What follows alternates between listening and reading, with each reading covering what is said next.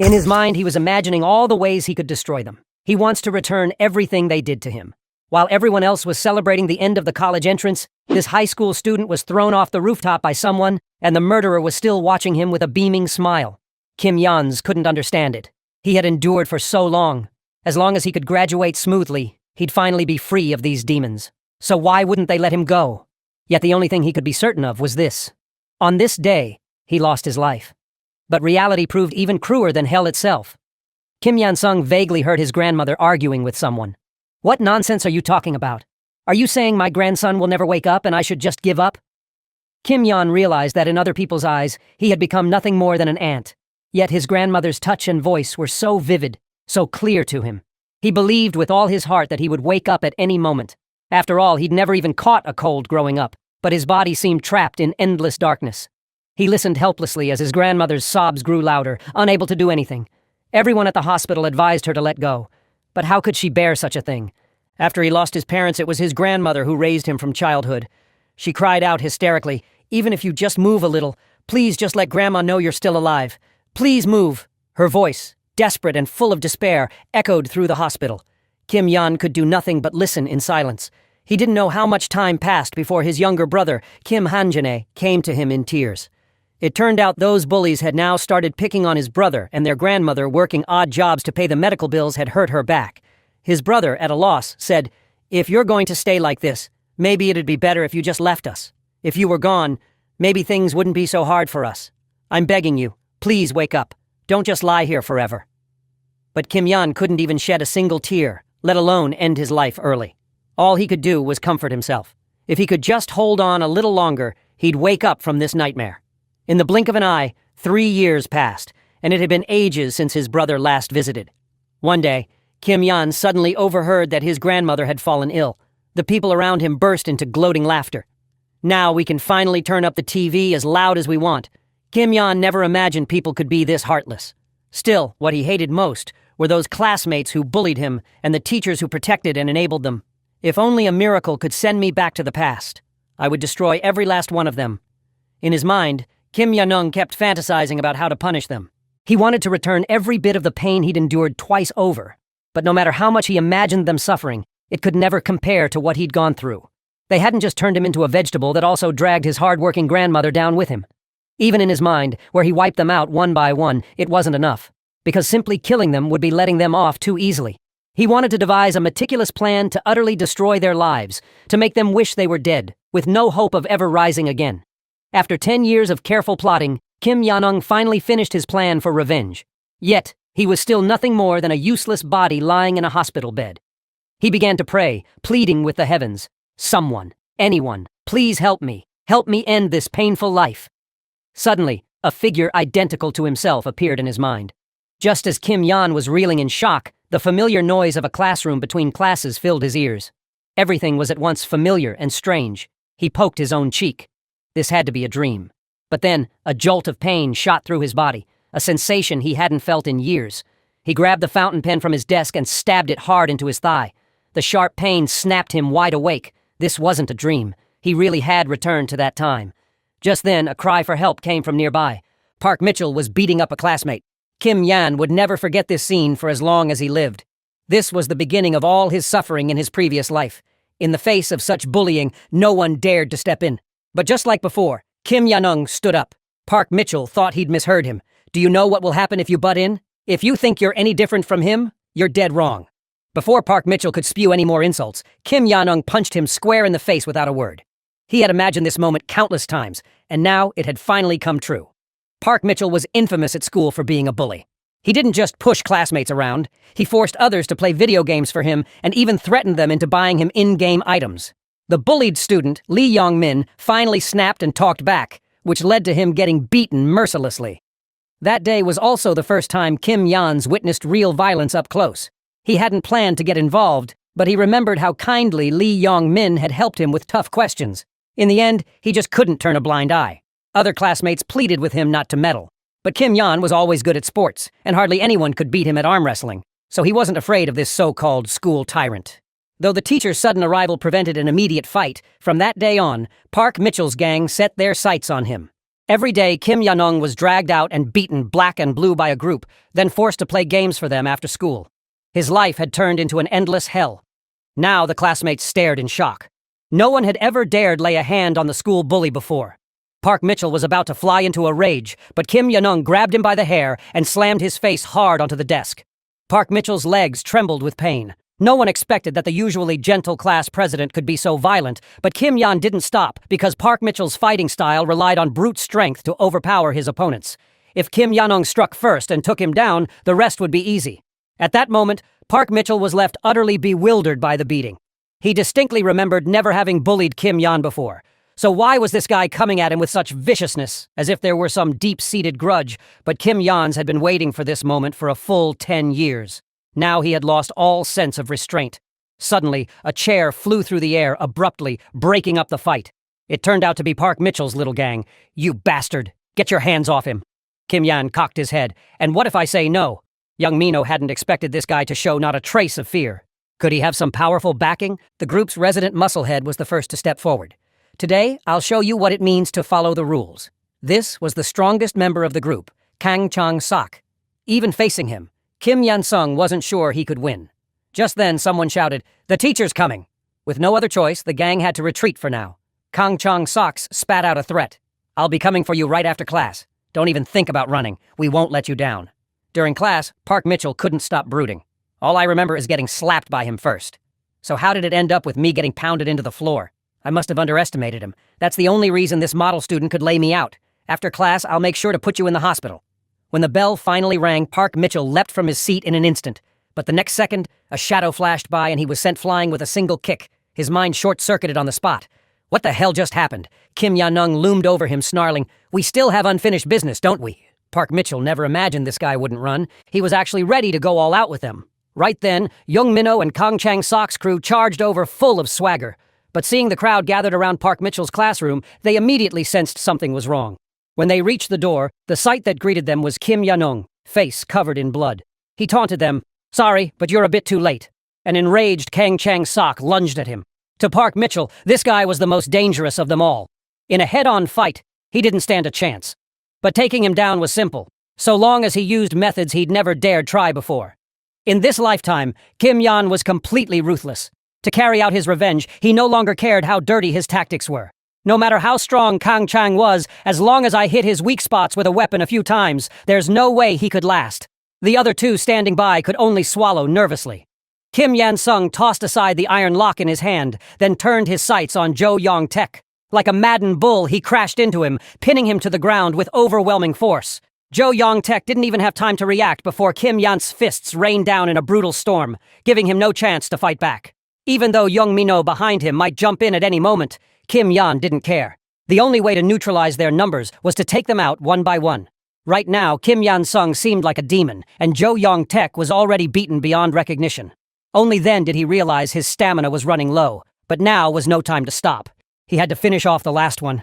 Young Minho was scared out of his wits. Wasn't he just some ordinary kid we never bothered with? He'd never been this strong before. How could he look like a monster back from hell? Kim Yan simply said, "We're not done here, are we?" Young Minho's hands started to tremble uncontrollably. He thought he'd be beaten until he couldn't even take care of himself. But luckily, all the commotion drew the homeroom teacher. Young Minho breathed a sigh of relief.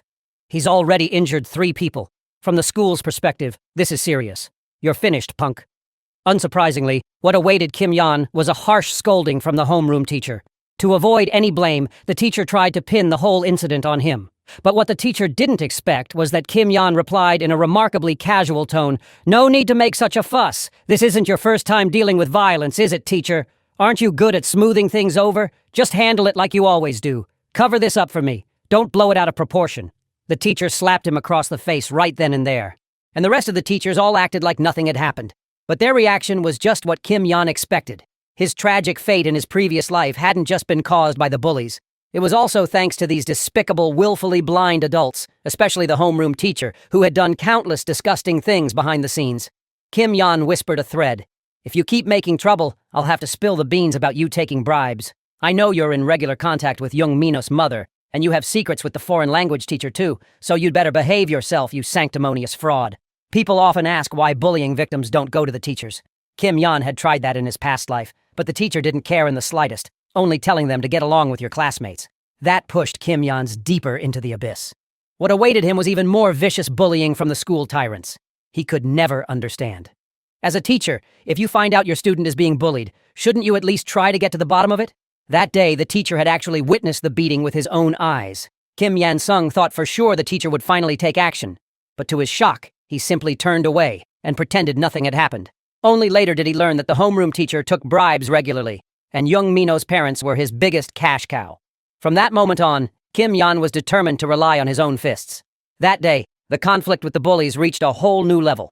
Young Mino's parents personally came to the school to exert pressure. And the result was that Kim Yan's grandmother had to apologize while the bullies walked away unscathed. It was only after he became a vegetable that he realized brute force alone could never bring him justice. Only by perfectly neutralizing the adults' interference could he achieve true revenge. The homeroom teacher, now exposed, was thrown into a panic. Kim Yan said coldly, "Before you speak to me in the future, you'd better think carefully. Every month you get money from young Mino's parents, and you're carrying on an improper relationship with the English teacher who already has 3 kids. And that's not your only dirty secret. Want me to keep going? If it all comes out, you'll never teach again. Don't even think about brushing it off as just rumors, because if you try, I'll drop out of school myself just to make sure your life is ruined." In the end, the homeroom teacher gave in. "What do you want me to do? The method is simple. Just keep turning a blind eye like you always have. Except this time, the one you protect is me. If you can bury what happened today, I'll promise not to use your secrets against you until graduation. You understand what I mean?" The homeroom teacher was now firmly under Kim Yan-sung's thumb, but he was only the first card in Kim Yan-sung's hand. He needed to prepare the next card as soon as possible. But before that, there was something else to settle. Right now, young Mino was rampaging around the classroom. He had to admit Kim Yan-sung's earlier aura had rattled him, but he figured no one had noticed. He needed to reassert his dominance at school. He couldn't let Kim Yan's actions knock him off his throne. After venting his anger, he started to think, Kim Yan's taking out 3 people alone must have been a fluke. If it came down to a one-on-one fight, he was sure he could win easily. As if reading his thoughts, Kim Yan appeared right on cue. "We still have unfinished business, don't we?" "Young!" Mino broke out in a cold sweat.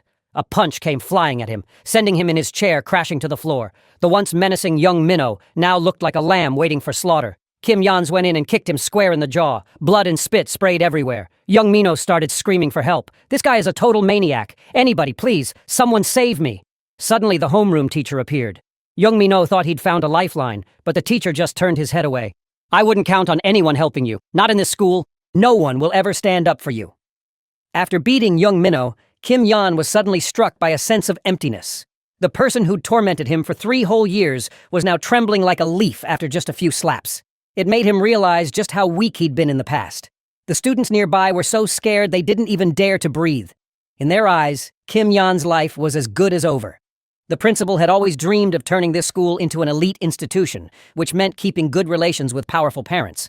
Now, 4 well-connected students had been sent to the hospital by Kim Ya-nung. The principal was adamant he had to be expelled. Just as the English teacher raised her hand in agreement, the homeroom teacher nudged her, signaling her to keep quiet. "If you don't want our relationship exposed, you'd better help protect Kim Yan's. If he gets expelled, we're both finished." The homeroom teacher stole a glance at Kim Yan's and felt a chill at how calm he looked. He quickly began to plead with the principal. Kim Yan-sung did make a mistake, but he's not solely to blame. According to the students, young Mino and his gang have been bullying classmates for a long time. I've been planning to punish them, but I never expected Kim Ya-nung, unable to bear the bullying, would act out like this. He was a victim before he became an aggressor. If we punish him now, we're going against our duty as educators.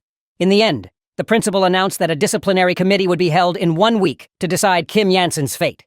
But until the meeting, Kim Yan would be suspended and would have to return with his guardian in a week. Kim Yan replied coolly. "Understood?" The homeroom teacher hurried after him. "I did everything I could for you, but this is out of my hands." Of course, Kim Yan understood perfectly. The reason he'd roped the teacher into his plan was precisely because this man was quick on the uptake.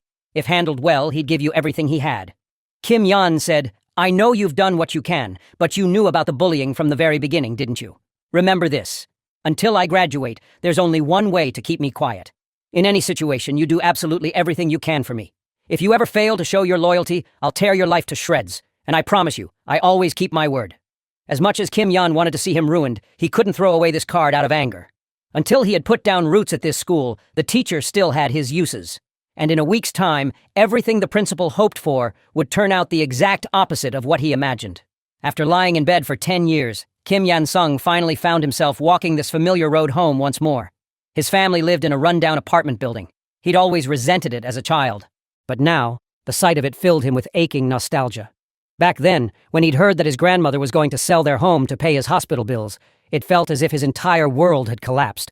When he got home, he found that his grandmother wasn't there. She must have gone out to work again, trying to earn more money. He took a moment to collect himself. He couldn't let sorrow swallow him whole. He'd finally been given a second chance at life. Beyond revenge, he was determined to make sure his grandmother would never want for anything again. He needed to use this week to prepare thoroughly. His plan for the future was clear. First, he had to strengthen himself. Though if he could win over a certain someone, he'd have a huge advantage in future fights. Second, he needed to assemble a force strong enough to stand up to the school bullies. He was just a penniless student. He couldn't pull off his revenge on his own. And third, and most important, he needed to gain backing that could smooth over any trouble so his plans could actually be carried out. To deal with the upcoming disciplinary committee, this backing was his top priority. Luckily, during his years as a vegetable, he'd heard the news on TV every day. The chairman of Myeongjin Construction was about to choose his successor. The eldest son, Gang Byum, only had a high school diploma. The younger son, Gang Sak, had graduated from a top university and married into a powerful family, expanding his connections. One day, Gang Byum was arrested for assaulting a civilian. He tried to explain that the other party started it, but there were no security cameras at the scene to prove his innocence. The police all knew the Ko family had deep connections. If they let him go, they'd defend the younger brother, Gang Sok. After all, Gang Sok's influence now even overshadowed his brother's. Ji Gang Bam knew this incident would have a huge impact on his bid for succession, but he couldn't clear his name. Just as he was at a loss, a high school-aged boy suddenly appeared beside him. The boy pointed at Gang Byum. "I'm here as a witness for this gentleman." Once the police saw the footage, they finally believed Gang Byum hadn't started the fight. Since there was no surveillance at the scene, Kim Yan had gotten dashcam footage from a nearby parked car. This gentleman was provoked by those people and had no choice but to defend himself. If he's guilty of anything, it's only that he knocked the other guy out with a single punch. Go Chang Bam threw an arm around Kim Yan. "You're not just good-looking. You've got a silver tongue, too." With this conclusive evidence, the police had no choice but to let him go. Go Chang Bam yanked the police officer by the collar. "I'll remember your face. Your life's about to get real interesting." Once outside, Gang Byum immediately wanted to thank Kim Yan, pulling out a thick wad of cash as a token of his gratitude. He'd expected a kid his age to be dazzled by so much money, but Kim Yan remained utterly composed. Clearly this wasn't any ordinary boy. Suddenly, Kim Yan asked sharply, "Do you really think what happened today was just a coincidence? Let me be blunt. I know you're Gang Bae, the eldest son of Kang, locked in a succession battle with your younger brother Gang Sok." Gang Byum's expression immediately darkened. "Who the hell are you?" Kim Yan's was unfazed. "I don't think today was an accident, and I have proof to back it up. If you're truly grateful, give me an hour of your time. I guarantee you'll lose nothing, and it might just change your future forever." They went to a cafe together. Kim Yan handed him the original dashcam footage. It turned out that 30 minutes before the incident, those men had been lingering around the area. When Go Changam appeared, they deliberately went to pick a fight. "Honestly, Mr. Go, you've suspected something, haven't you? Ever since the succession race started, it's felt like someone's been setting you up at every turn. Haven't you thought that maybe all of this is orchestrated by your brother Gang Sok to ruin your reputation?" Gang Bam asked. "So what do you want?" When he heard the boy say he wanted to help him get revenge and become the next successor, he burst out laughing. "You a high school student?" But Kim Yans's next words made him fall silent. "I know you've got a lot of people on your team in this fight for succession, but haven't you realized? They're all working for your brother. I know you won't believe me at first, but I hope you'll at least give me a chance to prove myself. Go Changbei molded over for a long time outside. That kid's right. Compared to my brother, I really have nothing going for me. If things keep going like this, I'm going to lose everything. But can I really trust someone I've only met once?" He remembered what his father had said. "If you lack ability, then find people who have it to serve you. Don't worry about their age, gender, or background. As long as they're useful to you, that's enough." Go Chang Bam decided to take a gamble. "Tell me your plan. I'll listen to everything you have to say before I decide." Kim Yan didn't mince words. Go Chang Sok is the more qualified successor. He's got a prestigious degree. He's married into a powerful family, and most people have joined his camp. Other than being the eldest, you really have nothing in your favor. But even so, I still believe you'll be the next in line. Because no matter how great Go Chang-sok looks on paper, there's only one reason your father insists on the two of you competing. He's old-fashioned and wants the eldest son to inherit the family business. If Gang-sok, who excels in every area, were suddenly dragged down to your level, who do you think your father would choose? There are 3 things you need to win. First is connections. On that front, you've already lost. Through marriage, Gang-sok has tied himself to the local elite. Second is reputation, and yours is that of a brash, reckless thug. Third is ability. While you've been living it up, your brother's already working in the company. So let's go back to the first point. We need to destroy his connections. You need to drive a wedge between Gang-sok and his wife. As long as she stops supporting him, your brother will be back at the starting line with you. Not long after, Go Chang-sok received devastating news. His wife had found his secret villa and given his mistress a beating for good measure. The scandal dealt a heavy blow to the Go family's reputation. Chairman Gyeong Jin was furious. I told you a man who can't keep it in his pants will only bring disaster. If you're going to fool around, you might as well be like your brother. Live like a bum and stay single for life. And Go Changbayam, why did you end up at the police station again? Gong Jin had expected his eldest son to be as defiant as always, but to his surprise, this time he admitted his mistake and promised it would never happen again. Gyeong Jin was actually pleased. I know the other side started it, but you still did everything you could to avoid conflict. You did well. I'm proud of you.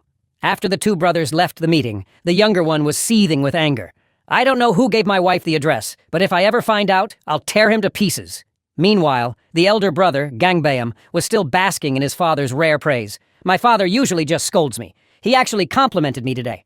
From now on, I want to keep earning his approval. Of course, all of this was thanks to Kim Yan-sung's coaching. After this incident, Gangbayam had taken a real liking to him and declared he would follow his lead from now on. Kim Yan said, "Next, you should join the company and start from the bottom." At the mention of starting from the bottom, Go Changum frowned. But a moment later, he relaxed. "Whatever you say, I'll do it." Then Kim Yan raised a condition. "I'll help you, but you need to meet my demands too." Go Changum replied generously. "Just say the word Hanzang for you. I'll do anything." A week later, the school's disciplinary committee was about to begin. Young Mino's mother confronted the homeroom teacher and slapped him across the face. "If you want to keep your job, you'd better see to it that the kid who hit my son gets expelled." The homeroom teacher was put in an impossible position. He tried to persuade Kim Yan to admit fault in order to receive the lightest punishment possible. Kim Yan replied, "I know Young Mino's mother is putting pressure on you, but you'd better make your allegiance clear. If I go down, you go down with me." The homeroom teacher was utterly desperate. No matter which side he chose, his future looked bleak.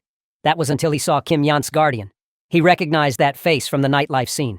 If he wasn't mistaken, it was Gang Bae, eldest son of the Kangong group in Daesun City. He was someone nobody dared cross. Young Mino's parents couldn't even compare. But why was he here as Kim Yan-sung's guardian?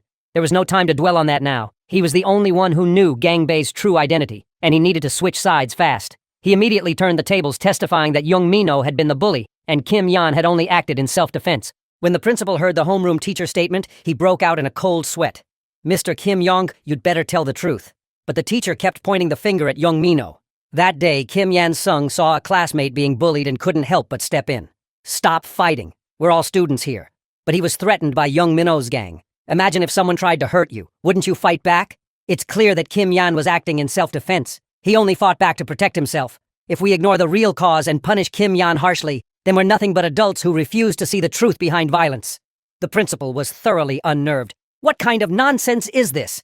We're dealing with the school's first violent incident. 4 students ended up in the ER. Violence can never be justified, no matter the reason. We have to punish the perpetrator severely. Only then can parents trust us with their children. So, first, let's hear from young Mao. The victim's testimony should be the most credible. Young Mino put on a frightened act and began lying through his teeth. All I saw was Kim Yan's beating up classmates.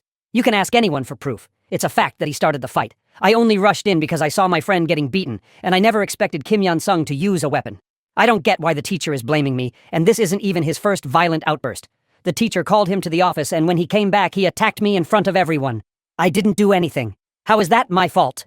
Young Mino's mother immediately fanned the flames. Just look at my son's face. He's been beaten beyond recognition. How can such a terrible act of violence happen in a supposedly noble school? If it can happen to Mino, it can happen to any child here. We must punish the student responsible, or our school will never be safe again. Her words riled up the other parents, and soon they were all calling for Kim Yan's to be punished. Suddenly, a loud thump silenced the room. A bunch of useless cowards talking nonsense. Are you all pretending not to know what's really going on? Don't you see that those so-called students are nothing but monsters in human skin? The principal snapped. How dare you call our students monsters? If they're not monsters, what are they? I've done my research. Young Minno's gang is notorious for extorting and stealing from others. Everyone in the area knows them, yet you keep protecting them. Are you all taking bribes from their families? Those punks may be in the hospital now, but Hansong only fought to protect himself. Didn't the homeroom teacher just say, you have to see the truth for what it is? If you were bullied by thugs like this during your own school days, would you just stand by and do nothing? Young Minno's mother exploded. How dare you call my son a thug? I heard Kim Yan-sung doesn't have parents. Who are you to talk like this? Gang Byam flashed a proud smile. At first, he hadn't understood why Kim Yan wanted him as his guardian. If he just wanted money, he could have said so directly. Kim Yan explained to pull off my plans. Sure, I need your resources, but what I need most is supreme power. I'm going to make big waves at school, and some of it might even cross the line of the law. So I need you to clean up my messes. If you're my backer, no one in Decent City will dare touch you. And I promise I'll make sure you end up as the successor. Go Changbei agreed without hesitation. No matter what trouble you cause, I'll take care of it. Faced with Young Minno's mother's challenge, he answered forcefully. I'm Hanzong's guardian and also the eldest son of Kang Group. Hanzong is my most cherished little brother. He would never make trouble for no reason. The moment I heard he'd been called to this committee, I dropped everything and came running. I was even planning to donate to this school in Kangong Group's name, but now I see there's no point. Not only is this place poorly managed, the atmosphere is rotten. He's been bullied every single day. Should he be punished just for finally fighting back? Why did the school turn a blind eye when he was the victim? If you ignored him because he had no money or status, I'll make sure this so-called prestigious school is ruined. Every last bully and every adult who protected them, I'll use every resource I have to make sure they're finished in Decent City. Everyone in the room was stunned by Gang Bayam's presence. The principal never expected the eldest son of Kang Group to be Kim Yan's guardian. If he insisted on siding with Young Minno now, he'd lose all connection to Kang Group and the school would be shunned by other powerful circles. But if he broke with Young Minno's family, it was the perfect chance to win Kang's favor, making his dream of a top-tier school only a matter of time. The principal immediately shifted all the blame onto Young Minno. In fact, I've also heard that he's the ringleader of that delinquent group. Kim Yan's is someone I recognize as the most outstanding student at Chanil High. For a top student to do something like this, there must be a reason. So, let's hear from Kim Yan-sung himself. Kim Yan spoke up. My friends have reported this countless times to the teachers. But every time the teachers would say, they Minno I know isn't that kind of student. Even when the truth came out, all they ever did was give them a verbal warning. That only made Young Minno's gang more brazen with their violence. Yes, I hit Young Minno and I sent the others to the emergency room. But why is it that after just one act of violence, I have to face a disciplinary committee? Is it because it was too violent? Or is it because you think I have no power? If you don't severely punish the group that's been doing wrong all along, I'll make sure everyone outside this school learns the truth about what really goes on here. There's only one way to silence me, and that's fair, and just punishment for everyone involved. Young Minno's mother was thrown into a panic. I won't allow you to punish my son. Just you wait, all of you. I'm calling my husband right now. She dialed her husband and pleaded for help. But as soon as he heard the name go Changang Bayam, his tone changed completely, and he scolded her. How dare you act like that in front of Kang Group's eldest son?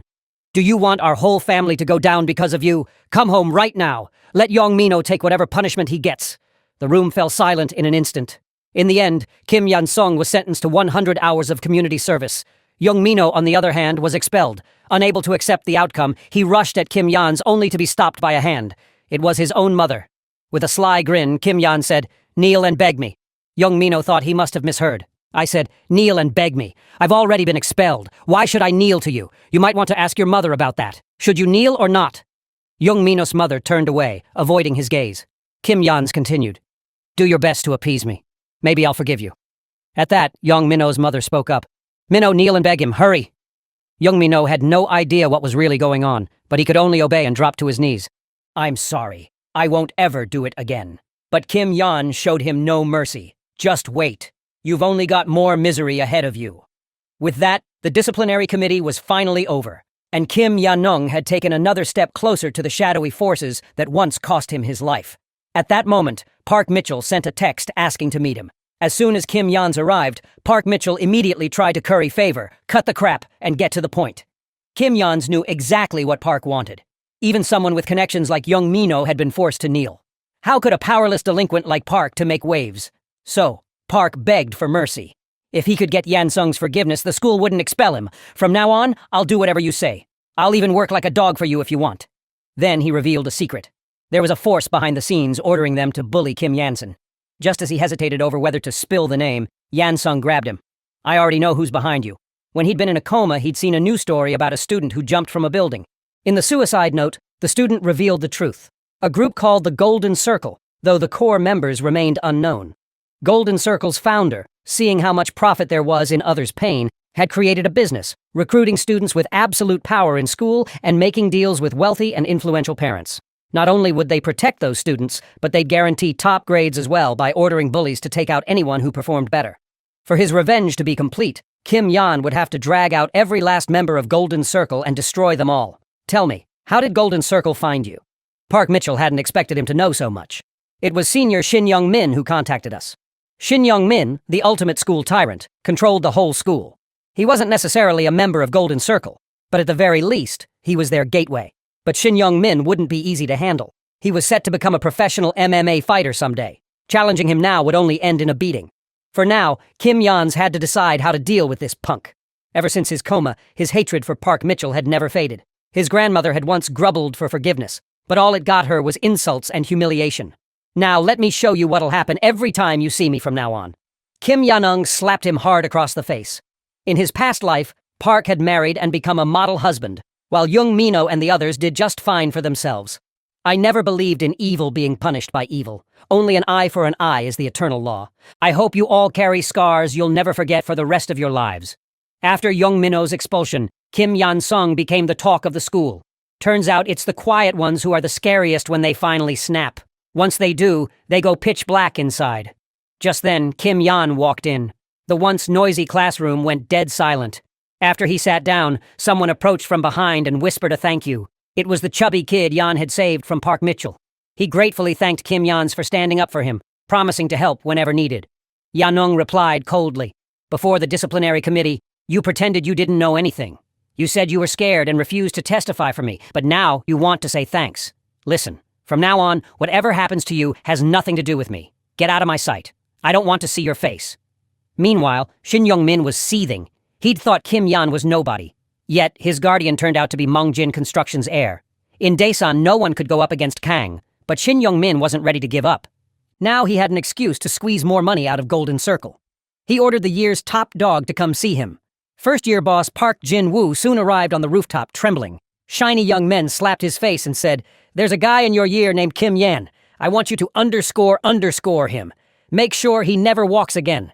At the same time, Kim Yan was preparing for the dangers ahead. He had to keep his grades up. Only then would he become a thorn in the side of some Golden Circle member. He already had some suspects, but without hard evidence, he couldn't move yet. The first priority was to improve his physical strength. So after school, he went to Young Dutchel's gym. Young Dutchel had once been Korea's first world champion in MMA, but now he was an unpopular retired athlete. Young asked him what kind of training he wanted. Yanung replied, "I want to get better at fighting to the point where I can crush every bully in school beneath my feet." Young's face darkened instantly. "If you're only here to learn how to fight, I can't teach you." As the country's first UFL champion, Young Dutchel was stuck running a tiny gym because he'd failed a drug test after a match. He'd never explained himself and walked away from his sports career. But later, he'd spent a year training another fighter who made it to the championship. "If I could get his personal training, my fighting skills would skyrocket." Yanung said bluntly, "Didn't you also do whatever it took to win?" "I'm just doing whatever it takes to reach my goal, too." "What's wrong with that?" Young replied, "That was a stupid mistake. If I had another chance, I'd never make the same choice. I don't want you ending up like I did. Go home. I can't help you. 100 million won. If you agree to train me, I'll transfer 100 million within a day. I'll pay first. So even if I back out, you won't lose a thing. You should have thought of the consequences before you took those drugs. But you made your choice anyway. I'm choosing to fight bullies, even if I end up crippled or in jail for life. But I've already accepted that risk, just like you did when you took those drugs. I'm desperate now. I need your help." At last, young Dushel changed his mind. "I'll help you with training. But first, there's a test. Step into the ring with me. If you can last around, I'll acknowledge your determination." That night, when Kim Yan got home, his grandmother's heart ached at the sight of him. "Which bastard did this to my grandson? Tell Grandma who it was. Grandma won't let them off." Time rewinds to earlier at the gym. When Kim Yan-sung offered 100 million won as tuition, Young Dutchel decided to give him a chance to prove himself. If he could stay standing in the ring for 3 minutes, he'd pass. At the start, Young attacked first. His punch landed hard on Yan Sung's guarding arm. Yanung thought he'd blocked it, but the sheer force still broke through, slamming into his nose. A sharp ache shot straight to his brain. His body collapsed to the canvas before he could even react. Get up! Only 10 seconds have passed. What followed was a barrage. Jung unleashed a flurry of blows like a raging storm. All Yanung could do was protect his head. If any punch landed, he'd be knocked out cold. Suddenly, Jung switched tactics. A vicious low kick. Numbs leg instantly. You can still quit, you know. But Yanung gritted his teeth and stood up again. The 3 minutes aren't over yet. To avoid having his stamina drained, Yanung decided to go on the offensive and turn things around. But to a pro, this just exposed his weaknesses. The chin, the easiest place to land a KO. Yanung collapsed, stiff as a board to the map. Jung needed the money, but there was no way he'd sell his pride to someone who couldn't even take this level of punishment. Just lie there. Yet, a voice came from behind him. It's not over yet. Let's keep going. Jung was surprised by his grit, after all. Maybe this kid wasn't bluffing about wanting to learn to fight. Still, he'd held back to avoid injuring him too badly before. This time, he'd have to go all out. Yanung shielded his head, always on guard for another low kick. But Jung shifted his target again. A brutal liver punch drove agony through Yanakong's body. A shot like that could make someone vomit, faint, even die. Yan Sung's body began to shake uncontrollably. He wanted to get up, but his body wouldn't obey. This kind of pain can't be conquered by willpower alone. Kid, just quit and go home. Yanung raged inwardly. You useless piece of trash! Get up! Haven't you been waiting for this moment? You spent 10 years as a vegetable, lying in bed wishing for death every day, and you can't stand this much pain. If you don't want to go back to that, then get up right now.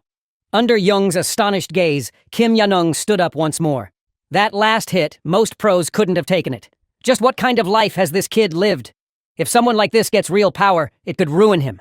Determined to stop him from a lifetime of regret, Jung swore to end it here. His next punch was at full strength. Yanung told himself to hold on. No matter what, even if his nose got broken, even if his teeth were knocked out, he would give it everything he had. Jung's attacks grew fiercer and fiercer. Just as Yanung could barely even raise his guard, the timer's alarm saved him from the brink of death. Jung couldn't help but curse. Damn, this kid really made it through. When you get home, don't go telling people I beat you up. I'll send you my bank account later. His grandmother's heart nearly broke seeing his battered, swollen face. Yanung reassured her he just had a run-in at school, but it was all sorted out. During dinner, he asked if she had any bank books. Mongjin Construction has a new housing project. Go apply for a spot. Maybe we'll get picked and it'll definitely be worth more in the future. He wanted to just give his grandmother the 100 million directly, but she'd only ask where the money came from. This way, she wouldn't suspect a thing. The next day, school tyrant Shin Young-min called Park Jin-woo up to the roof. He patted Park on the shoulder, praising his efficiency. I just gave the order and you already beat up Kim Yanung. I'm impressed. From now on, tell everyone you're my sworn brother. Arjun-woo was totally confused. Then he saw Yansung's bruised, battered face. What happened to that kid? Was he too cocky and got beaten up outside school? Looks like Shin Young-min thinks I did it. But if Yanung can get beat up like this, maybe he's not as tough as everyone says.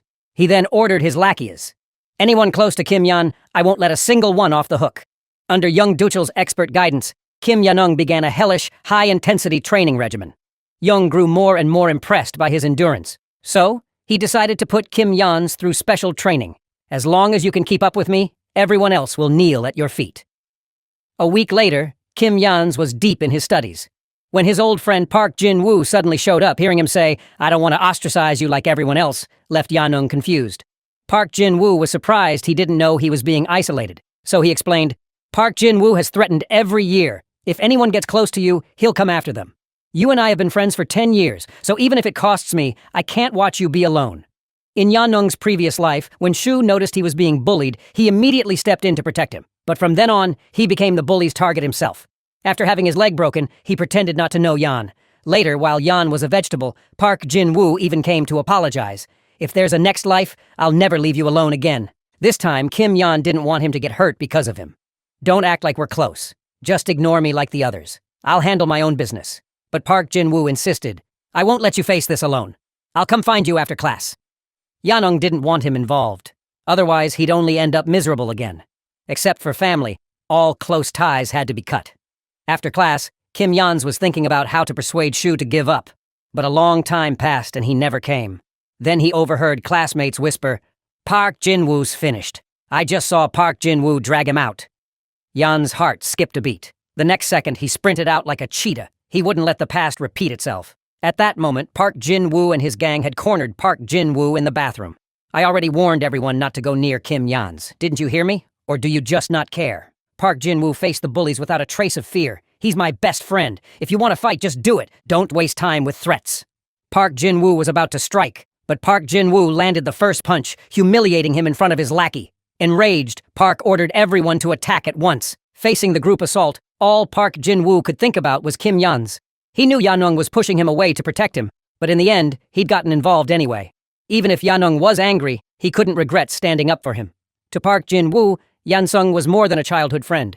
He could never abandon him. Park Jin-woo seized the chance and kicked him hard in the chest. I heard you practice taekwondo. There's always some show-off like you everywhere. Just because you learned a few moves, you think you're tough. This world's about background. Your problem is you think you're special. From now on, you and Kim Yan are going to wish you were dead every day. Anytime I can call you out. You better get used to it. Just then, the bathroom door was kicked open. Kim Yan stormed in, furious. What are you doing? He'd wanted to deal with Park Jin-woo for a while. Now was the perfect opportunity. But the two of them were a mismatch physically, so Yanung decided to provoke him into losing control. Everyone's saying you beat me up. It's humiliating. You're nothing but a fat pig. If you have to gang up on Park Jin-woo, what does that say about you? Park Jin-woo took the bait, insisting on a one-on-one fight. A dumb brute who only knew how to use force. His moves were big and easy to counter. Yanung kept taunting him. What a waste of muscle. Park Jin-woo, losing his temper, charged in with everything he had, confident in his strength. But Yanung had learned from Yong Dutchel, keep your distance, strike again and again until the other guy can't stand up. Today, he had to instill real fear in everyone. Soon, Park Jin-woo was beaten within an inch of his life. No matter how strong a bully is, he's still just a student. Faced with a demon like Yanung, Park finally broke. Tell me honestly, were you the one who jumped me before? Say it out loud for everyone. Park Jin-woo was scared out of his wits. He stammered. It was all Shin Young-min's idea. I could never beat you. If it weren't for him, none of this would have happened. Please don't hit me again. I'll never mess with you again. Yanung turned to the others. Don't you ever lay a finger on Park Jin-woo again. Then he kicked Park Jin-woo hard in the jaw. If I see you touch him again, I'll come for every single one of you. After saving his friend, Yansung warned him to stay away in the future so he wouldn't get dragged in. But Park Jin-woo grabbed his hand and insisted, even if it happens again, I'll still stand up for you. Yanung, seeing he couldn't change his mind, laid it all out. You think these fights are accidents? I'm the one provoking them. They all deserve it. This is just the beginning. I'm gonna wipe out every single bully. Even if I lose everything I have, I can't tell you the whole truth yet. Just know I'm out for revenge. If you keep being my friend, you'll keep getting dragged into things like today. If you can't even beat someone like Park Jin-woo, then it's better you stay out of my business. Let's end things here. You just wouldn't be able to handle it. At that moment, Shin Young-min was racking his brain over how to spend all this money. He couldn't believe just bullying a few students could earn him hundreds of thousands so easily. Suddenly, the back door of the classroom was kicked open. It was Kim Yan. He stared at Shin Young-min, his voice cold and vicious. Are you that bastard, Shin Young-min? No one had ever dared insult him like that before. He was about to explode, but Kim Yan didn't give him a chance, launching a kick straight at him. Shin Young-min quickly raised his arms to block. Who the hell are you? How do you just attack someone without even introducing yourself? Kim Yan said nothing, just charged in with his fists. Shin Young-min cursed furiously. Who the underscore are you? He noticed the guy seemed to have some fighting skills, but his punches were weak and his moves predictable. Until the next second. A powerful blow hammered into his gut. Shin Young-min coughed up blood on the spot. You want to know who I am? I'm Kim Yan, the one you've been looking for. Now that the kid finally spoke, Shin Young-min demanded to know why he was here. But Kim Yan didn't answer. He just grabbed a chair and smashed it over. Shin Young-min thought he was crazy for using a chair in a fight. But this was all part of Yansung's plan. He had to keep the pressure on, never letting up or he'd lose, forcing Shin Young-min to defend the entire time. He finally struck back, grabbing Yanukong's fist. You're not walking out of this classroom alive. Yanung raised his arm to block, only for Shin Young-min to copy him and suddenly change the angle of attack. You think you're the only one who can fake me out? Yanung gritted his teeth and told himself to hang on. He knew from the start that he wasn't a match for Shin Young-min. He hadn't come here expecting to walk away unscathed. He was waiting for a single shot, and he bet everything on it. Seizing the right moment, Yanung grabbed Shin Young-min's leg and with a burst of force hurled both of them toward the window. This classroom was on the top floor. Falling out would mean death or worse. Luckily, Shin Young-min managed to cling to the window ledge for dear life. He was utterly terrified. Yanung, while died like a madman, said, "Either you die today or I do." A classmate shouted, "Somebody pull that lunatic away!" Though Shin Young-min survived, he was now completely terrified of Kim Yan-sung, especially when Yanung leaned in and whispered a threat. "You think this is over? The moment you laid a hand on my friend, you doomed yourself. So just wait. The next chance I get, I'll drive a chair leg through the back of your skull. I want you to remember for the rest of your life, this is what happens when you cross me." A classmate asked if Shin Young-min was all right. He tried to keep up his tough act. "Why are you asking me that? Didn't you see me beat that guy up?" The student quickly apologized. "I did, but don't you think you should get your back checked out at the hospital?" Soon after, someone reported to the homeroom teacher that Yanung had beaten up Park Jin-woo in the bathroom. He thought this would be a big mess, especially since the principal had just said they were aiming to make the school a national model. But when he got to the office, the principal told him to drop it. Myeongjin Construction's eldest son, Gang Byum, had agreed to sponsor the school, but only on the condition that during Yan Sung's time there, no matter what trouble he caused, the school would cover it up. So this time, we'll pretend nothing happened. I'm not making you do this for free. When it comes to school bonuses and rewards, you'll be first in line. And with Kang's new housing projects, Gangbam has quietly set aside over a dozen units for us. Prices are climbing fast. Shouldn't you grab a few for yourself? Just keep doing what you always did to protect students. Only now the only one you need to protect is Kim Yanung. The teacher instantly understood and promised to handle everything perfectly. Seeing how well he played along, the principal said, "Just call me Big Bro from now on." The teacher was happy to oblige. The two of them put on a show of brotherly affection then and there. They had the same goal: get Kim-an safely through graduation and enjoy the shelter of Myeongjin Construction's power.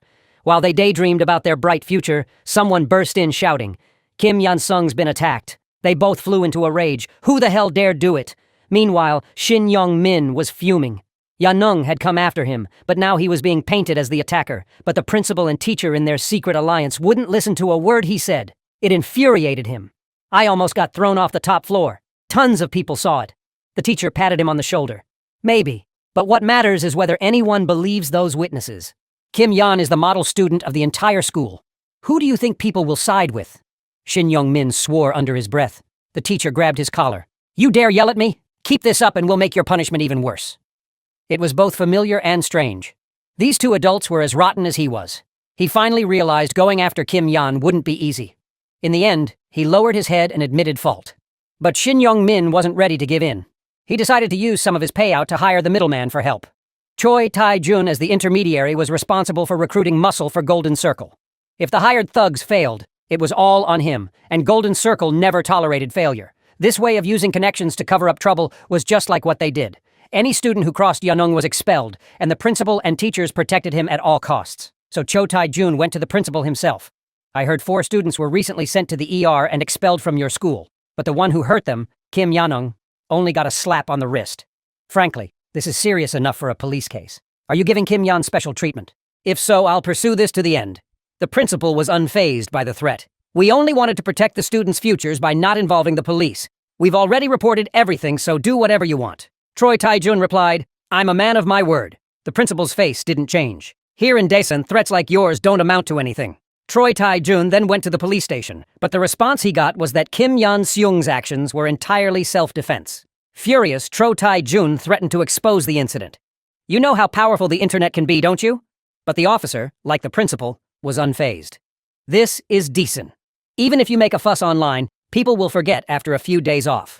Now, Cho Tae-jun was completely out of options. He hadn't expected this place to be so corrupt. He tried to use money to dig into Kim Yan-sung's connections, but found that no one would take the bait. Every public official openly protected Kim Yan's. If he couldn't find another way, this mission would surely end in failure. And Golden Circle never let a failure go unpunished. His whole life could be ruined. So he shifted all the pressure onto Shin Young-min. "Our objective isn't to get rid of Kim Yan, but to drag his grades down. I don't care how you do it. Just lower his scores and the job is done. If you give up or fail, we won't just go after Kim Yan, but you'll pay a heavy price, too." Shin Young-min cursed under his breath. "That bastard promised to back me up, but now he's chickening out and dumping everything on me."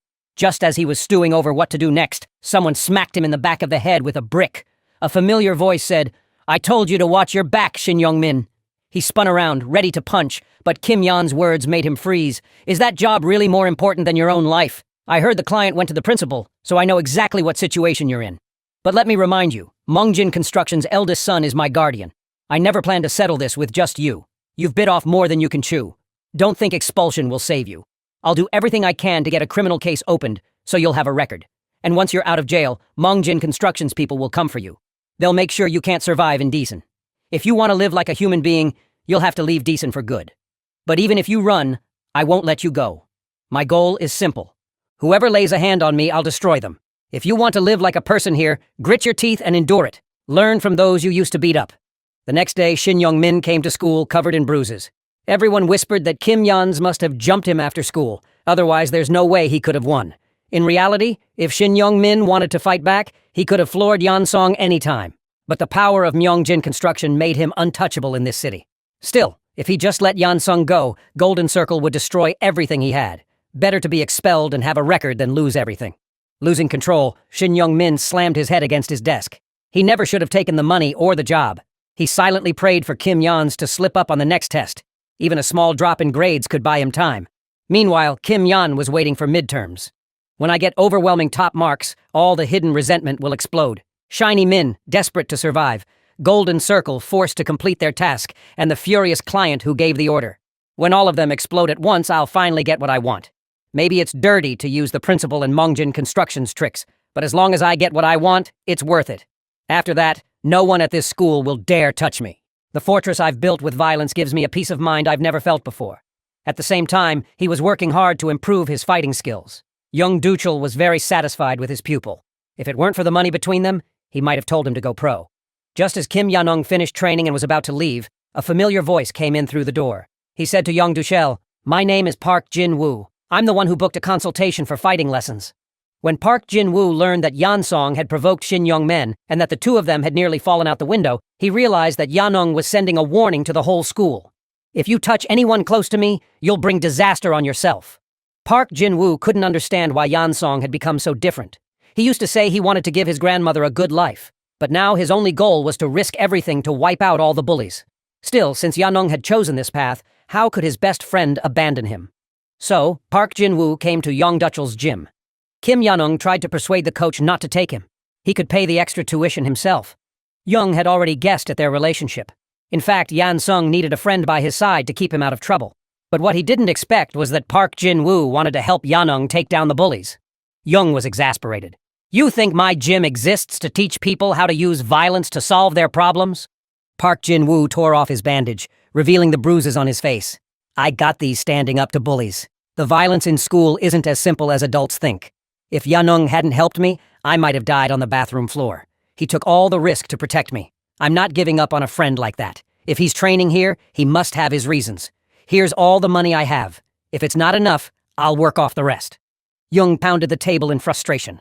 He couldn't understand why kids so young had to walk such a hard road. But their situation really was dangerous. He wasn't sure if discouraging them from fighting back was the right thing to do. After a fierce struggle, Young finally gave in. "Come to the gym tomorrow, but if you can't keep up, I'll kick you out."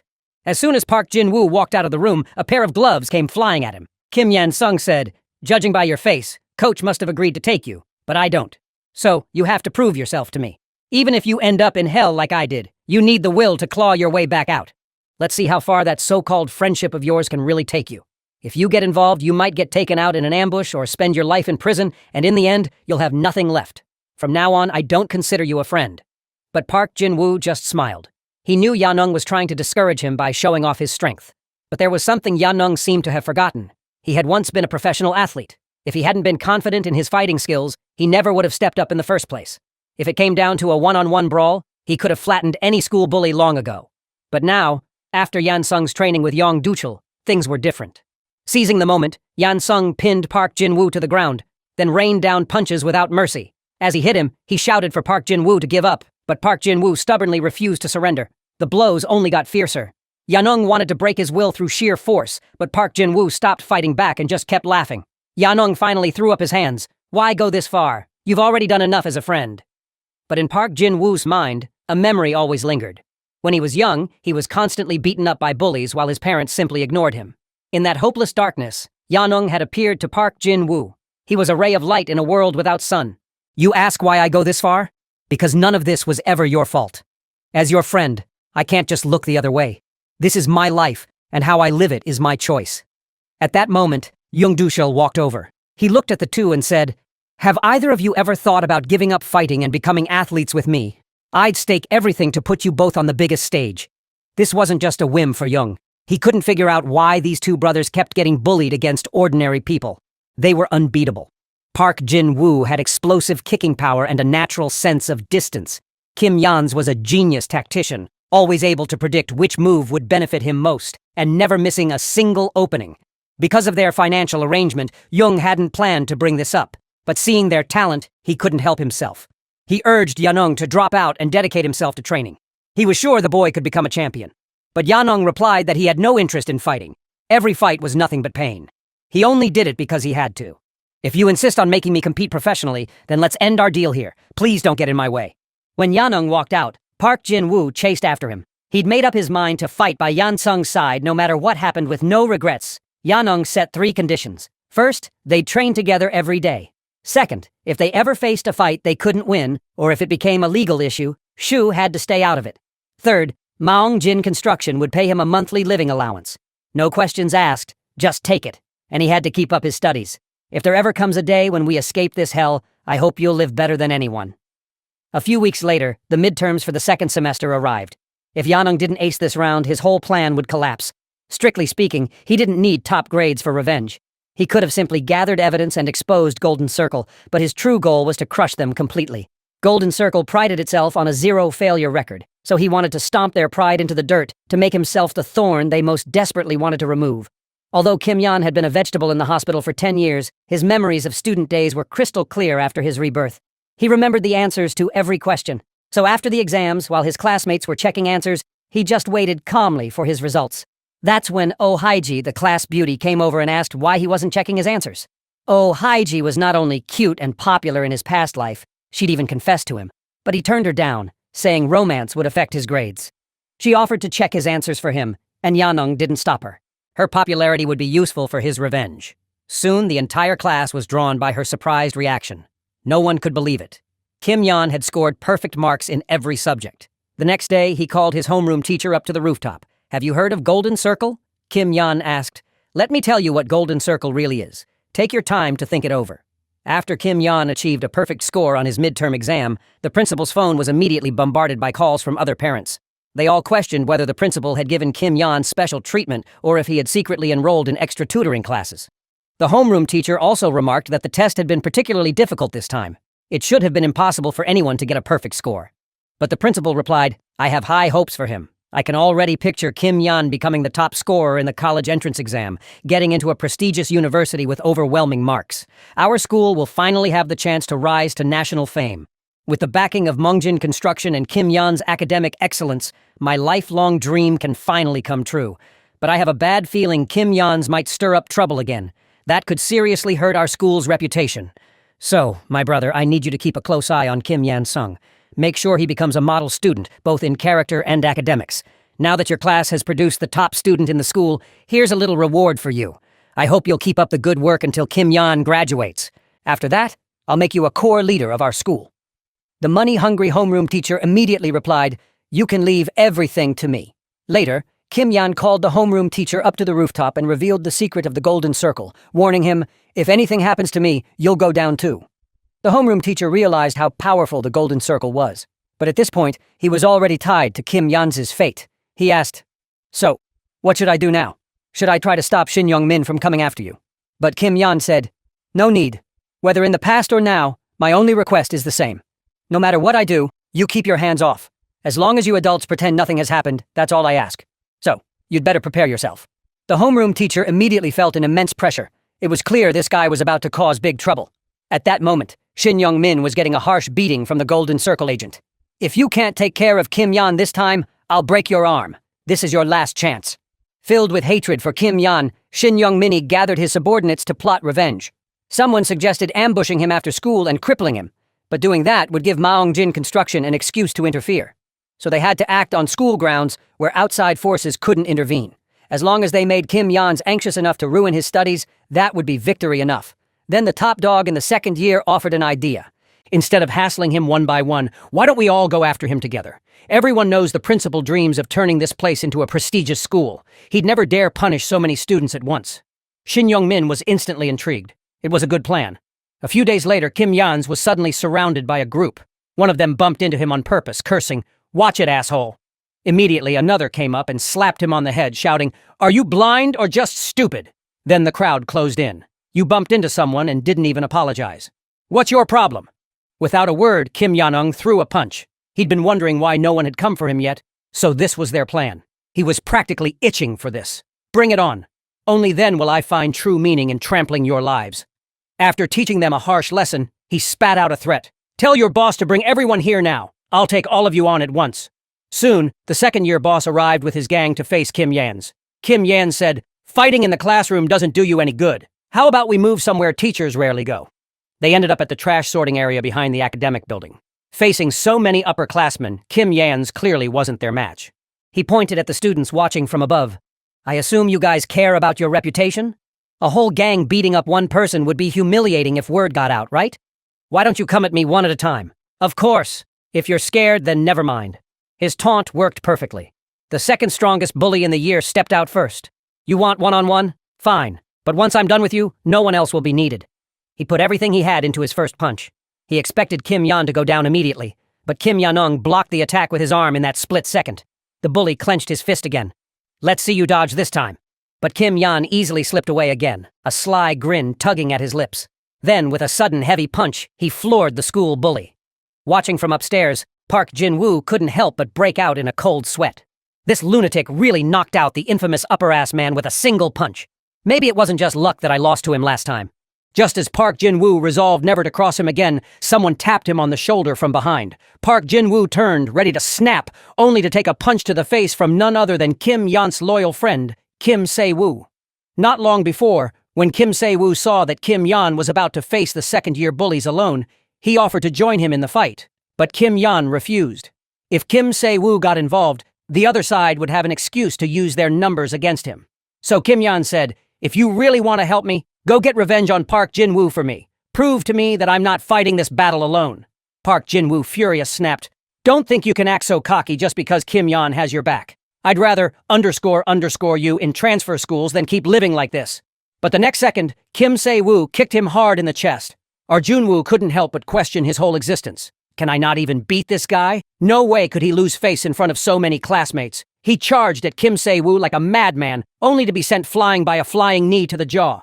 Kim Se-woo quickly followed up, lifting his leg high and smashing it down on Park Jin-woo's face.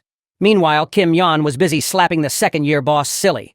This upperclassman hadn't expected him to be so cunning. He'd planned all along to challenge them one-on-one, and now in front of the whole school, he was beating every second-year bully. His reputation would be completely stolen. Byung-go stepped forward and said, "Enough. Now I'll be your opponent. Honestly, I respect your strength, but trying to beat us all single-handedly is just an insult," Kim Yan replied coldly. "That's exactly what I want, to humiliate all of you." Furious, Byung-ho threw a punch. This time, Kim Yan didn't dodge. He countered with a punch of his own. Byung-ho struck again, but to his shock, Kim Yan's actually started laughing. The two of them traded blows, exchanging punch for punch. Byung-ho never expected this guy to go toe-to-toe with him. Didn't he realize the difference in their size? Byung-ho was starting to tire, but he knew if he gave up, the whole school would look down on him. When was this guy going to stop? Kim Yan landed a punch right on his front teeth. The sharp pain made Byung-ho feel dizzy, but Kim Yan's didn't let up. He grabbed his opponent's hair and slammed his face down with all his might. Seeing Byung-ho collapse unconscious, the other lackeys were too scared to move. Kim Yan told them, "Don't just stand there. Go get Shin Young-min now." When Shin Young-min heard that all the second years had been beaten up by Kim Yan, he ordered his followers to proceed as planned. He'd injured so many people, no matter how much the principal liked him, there was no way to cover this up. Soon, someone ran to the office to tell the teachers, and others even called the police directly. Not long after, the principal received a call from the Education Bureau, no less. Shin Young-min thought that with all this commotion, there was no way Kim Yan could avoid punishment. But everything turned out differently than he'd expected. After the principal spoke to the Education Bureau, he brushed off the incident with just a few words. The teachers dismissed the students' complaints as nonsense. The police even warned them that filing a false report would get them in trouble. Shin Young-min, whose plan had failed, cursed furiously. "A bunch of scum. How are they even allowed to be teachers? And the cops won't even bother to check. They just call it a false alarm. Fine, I'll take care of Kim Yan-ung myself with my own hands." Just then, his phone rang. As soon as he answered, his father's furious voice exploded. "You little bastard! Are you trying to pick a fight with someone named Kim Yan? Don't you dare touch him. If you do, our whole family is finished." It turned out Shin Young-min's father had racked up a huge amount of high-interest debt. Go Changbayam had tracked down the loan company claiming Mongjin Construction had a few small projects coming up and wanted their company involved. Of course, the loan sharks were thrilled at the prospect of working with Mongjin Construction. Go Changbayam then asked them to hand over Shin Young-min's father's loan contracts. Now, Shin Young-min was livid. It had to be Kim Yan, that sly fox, threatening his father. Just then, another voice came on the line. "Hello, Shin Young-min. This is Go Chang. Listen closely. Your house will soon be seized and you'll be left with a mountain of debt. All of that debt will be transferred to you. Don't even think about refusing your inheritance. The loan sharks won't let you off. From this moment on, your life is over. Don't say, I didn't give you a way out. If you're willing to let Kim Yans beat you to a pulp and make sure no one notices you're letting him, you might get a break." Shin Young-min protested. "That's so dirty." "Go!" Changbam snapped back. "Are you stupid? This is a fight. Nothing else matters. Winners make the rules. Remember, I always keep my promises." When the students saw Shin Young-min show up, everyone started anticipating a good show. Kim Yan grinned wickedly. "So, you finally showed up. What are you waiting for? Come on, hit me." Fuming with pent-up rage and under threat, Shin Young-min charged at him without hesitation. But he realized to his surprise that Kim Yan just stood there unmoving. At the last second, Shin Young-min pulled back his punch. After all, Go Changbayam had warned him, if you leave so much as a scratch on Hanzong's face, you're finished. Kim Yan taunted him. "You got my call, didn't you?" Then he landed a punch right on Shin Young-min's face. "Did he tell you not to lose too? Obviously, well, that's not what I want. Either you kneel like an idiot and beg me, or you stake your whole life on this, hang on to your pride, and fight me with everything you've got."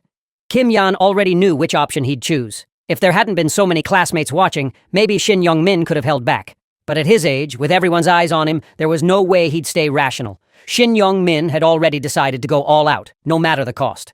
But Kim Yan had done his homework. He'd watched all of Shin Young-min's amateur fighting videos and analyzed his moves together with Yongdu Joel, discovering several tells. When Shin got excited, he'd expose his face. His counterattack was always a left hook, and whenever his footwork got bigger, it meant he was looking to end the fight quickly, channeling all his strength into one punch. And that was the best time to strike back. Kim Yan dodged to the side, then landed a heavy punch square on his face. The students watching could hardly believe what they were seeing. Kim Yan locked his legs around Shin Young-min's shoulders, twisted his arms, and pulled up with all his strength. The sound of bones snapping and Shin's screams echoed across the campus. The crowd broke out in cold sweat, terrified by this demon like Kim-an, but he had proved his strength to the whole school. Both he and his brother-in-arms, Kim Se-woo, had beaten the bullies to a pulp. Still, Kim Se-woo worried for Hanzang. He'd broken Shin Young-min's arm. Kim Yan brushed it off. "Don't worry. Even though everyone saw it, nobody's going to speak up. This world doesn't have sympathy for the weak." At that moment, the homeroom teacher walked silently past them. He cursed Kim Yan-sung 1,000 times in his heart. This kid is insane. After such a disaster, how am I supposed to clean this up? But for now, all he could do was help Kim Yan. Neither Mongjin Construction nor the principal were people he could afford to cross. So he warned Shin Young-min. "First of all, your arm was broken in a fall, and it has nothing to do with Kim Yan. If anyone tries to drag Hanzong down, all your dirty laundry will be aired for everyone to see. Got it?" Shin Young-min shot back. "How can you act like this as a teacher? Shouldn't you be worried about the students' health first?" The homeroom teacher snarled when I turned a blind eye for you before. "Did you remember I was a teacher? I haven't changed. Not then or now. So you'd better listen to me. You know I always keep my word." Meanwhile, local Golden Circle boss Kang Tu was being punished. He begged for one more chance. This time he'd succeed, even if it meant stabbing Hanzong with a knife. The middleman said coldly, "Don't you understand the basic rules of this circle? We're supposed to use school bullying to satisfy the client, perfectly hiding their identity. That's the Golden Circle style. If you expose our secret, can you bear the consequences?" He added, "This Kim Yan is something, but at the end of the day, he's just a small fry." A week later, as soon as Shin Young-min got out of the hospital, he received some news. Kim Yan said, "If you tell me who really hired you, I'll let you off here." Shin Young-min hadn't expected Hanzong's revenge to go on. But Kang Tu had only sent a single message. The commission was over and nothing more. If you want to punish me, do it now. I'm sick of living in fear every day. Both of these people scared Shin Young-min to death. He got home to find the place a wreck. His father, seeing him return, immediately started beating him. "Didn't I tell you to stay away from that Kim Yan kid? Now our family is finished. This is all your fault. Even if you want to be a bastard, know your limits. You've destroyed everything I worked so hard to build." For the first time, Shin Young-min felt real fear. He couldn't believe this was happening. How could a single student destroy his family? At that moment, his phone rang. It was Kim Yan calling. Before long, Shin Young-min was kneeling on the ground, begging for forgiveness. I shouldn't have taken the Golden Circle job. I thought too highly of myself. I really want to tell you who hired me, but I'm just a nobody. I honestly don't know. Please just let me off this time. I'll even be your underling if you want." Kim Yan replied, "Why should I forgive you? I warned you long ago. Don't touch anyone close to me, but you still let your lackey act. If you make a mistake, you pay the consequences. And I do believe you genuinely don't know who the client is. The Golden Circle would never trust a small fry like you with that kind of information. Still, since you're begging so pitifully, I'll give you a chance. From now on, all you have to do is survive for 1 month. Show me your sincerity, and maybe I'll consider forgiving you, but I won't tell you what exactly you have to endure. You'll just have to find out for yourself." The next day, the whole class was laughing at Shin Young-min. What a disgrace, showing his face at school after all that. Look at him, still dares to call himself a boss. But when Shin Young-min glared back at them, they all quickly fell silent, afraid. If this was all Kim Yan had meant, he figured he could put up with it for a month. After that, he could settle scores and restore his reputation. Then he noticed even the class coward was staring at him. How the mighty have fallen. Even a loser like Han Mong-hun dares look me in the eye now. Shin Young-min forced himself to hold back. Just endure it. But Han Mong-hun marched straight up to him and dumped an entire carton of milk over his head. Shin Young-min was about to explode, but Han Mong-hun said, "Do you know Kim Yan? He told us we could treat you this way. How does it feel?" A few days earlier, Kim Yan had gathered his classmates and listed all the things Shin Young-min had done to him over the years. If I hadn't beaten him, I wouldn't be standing here now. So from now on, I'm going to punish him for the next month. No matter how you bully Shin Young-min, he won't fight back. Of course, I'm not forcing anyone. If none of you want to join in, then Shin Young-min will graduate smoothly and without trouble. But those of you he's bullied will carry those scars for life. Remember, in this world, no one else can fight your battles for you. Those words struck a deep chord in Han Mong-hun's heart. Once, just making eye contact with Shin Young-min had gotten him targeted. At school, he'd been nothing more than a toy for others' amusement. He'd always told himself he'd be free after graduation. But suddenly, he wondered, would Shin Young-min even remember him after graduation? Would he feel a shred of guilt even for a second? The answer was obvious. Of course not. Trying to fill the holes in his heart, Han Mong-hun realized he had to take action himself. At that moment, he finally believed Kim Yan-sung's words. Sure enough, Shin Young-min didn't dare fight back. Idiot. How does it feel to be beaten by someone like me? Feels pretty good to me. He spat into Shin Young-min's bowl. Do you remember? You used to do this to me. Remember what you said back then? I'll never forget. You made me eat every last bite, you bastard. With Han Mong-hun leading the way, more and more classmates began to take revenge on Shin Young-min. Some mocked him, mimicking his old insults. Some tripped him at the bathroom door. He'd done the same to nearly everyone before. No sooner had he left the restroom than someone whacked him with a bottle. All the students he'd bullied joined forces to surround him. He was like a rat crossing the street, and not a single person pied him. He desperately wanted to lash out and destroy them all. But the memory of Kim Yan-sung's terrifying gaze sent a chill down his spine. Just endure it, he told himself. 1 month, that's all. Just wait for the day Kim Yan lets me go. Meanwhile, Kim Yan was still searching for the mastermind behind it all. He'd narrowed it down to 4 suspects, but couldn't yet pinpoint the real culprit. He told himself not to rush, focus on the target in front of him right now. To Kim Yan, those kicking and punching Shin Young-min and the teachers who pretended nothing was happening were all cut from the same cloth. But thanks to their own actions, his next plan could now begin. Soon, Shin Young-min received a text message. As long as you follow my instructions, you'll never be bullied again. It was like a lifeline. He agreed immediately. But Kim Yan-nung just sneered, how could you even dare accept that? That night, Shin Young-min arrived at a convenience store entrance. After struggling with himself for a long time, he put on a mask and a hat. The store clerk inside was none other than Park Mitchell, the former school bully who'd tormented Kim Yan and ended up dropping out. Shin Young-min walked in without a word, grabbed Park Mitchell by the hair, and slammed his head down hard onto the counter. Park Mitchell asked nervously, "Are you trying to rob me?" Shin Young-min ignored him and punched him again. At that moment, Park Mitchell realized the guy looked familiar. Even with the mask, that hair and those eyes were obviously Shin Young-min. The other two who dropped out after bullying Kim Yan were also beaten up by him. They couldn't understand why Shin Young-min was now coming after them. One of them wanted to call the police, but Park Mitchell stopped him, saying, "This guy was crazy. If we provoke him, we'll only get in more trouble. Let's just take this as bad luck. If we ever see him again, pretend we don't recognize him." Just then, a familiar voice came from the side. "So, all the little thugs have gathered here. I assume you know it was me who did this to you yesterday." Park Mitchell asked, "Why are you doing this? We never did anything to you." "Because Kim Yan-nung caught me by the leash. As long as I make you guys live in hell for a month, he'll let me off. So, do you know what that means?" With that, Shin Young-min charged at them. Sorry, guys, if you don't go to hell, it's my turn. As he beat them, he said, "Don't blame me, you brought this on yourselves." One of them protested, "Why are we the ones paying for it?" That sent Shin Young-min into a rage. "You still don't get what you did wrong. If you'd handled him back then, I wouldn't be the one getting bullied now. And now, you dare fight back? Have you forgotten who I am? I'm Shin Young-min, the king of the school. If I can't have a good life, then nobody gets one." Just as it seemed like Shin Young-min was seriously going to kill them, Park Mitchell, driven to desperation, grabbed a knife and stabbed him from behind. "You've gone too far. We already dropped out and are working because of you. Why are you still after us?" At that moment, Shin Young-min finally understood Kim Yan's true purpose. He wanted us to destroy each other, to tear ourselves apart without him even lifting a finger. The next day, news that Shin Young-min had been stabbed spread throughout the school. What surprised the students most was that the culprit was Park Mitchell.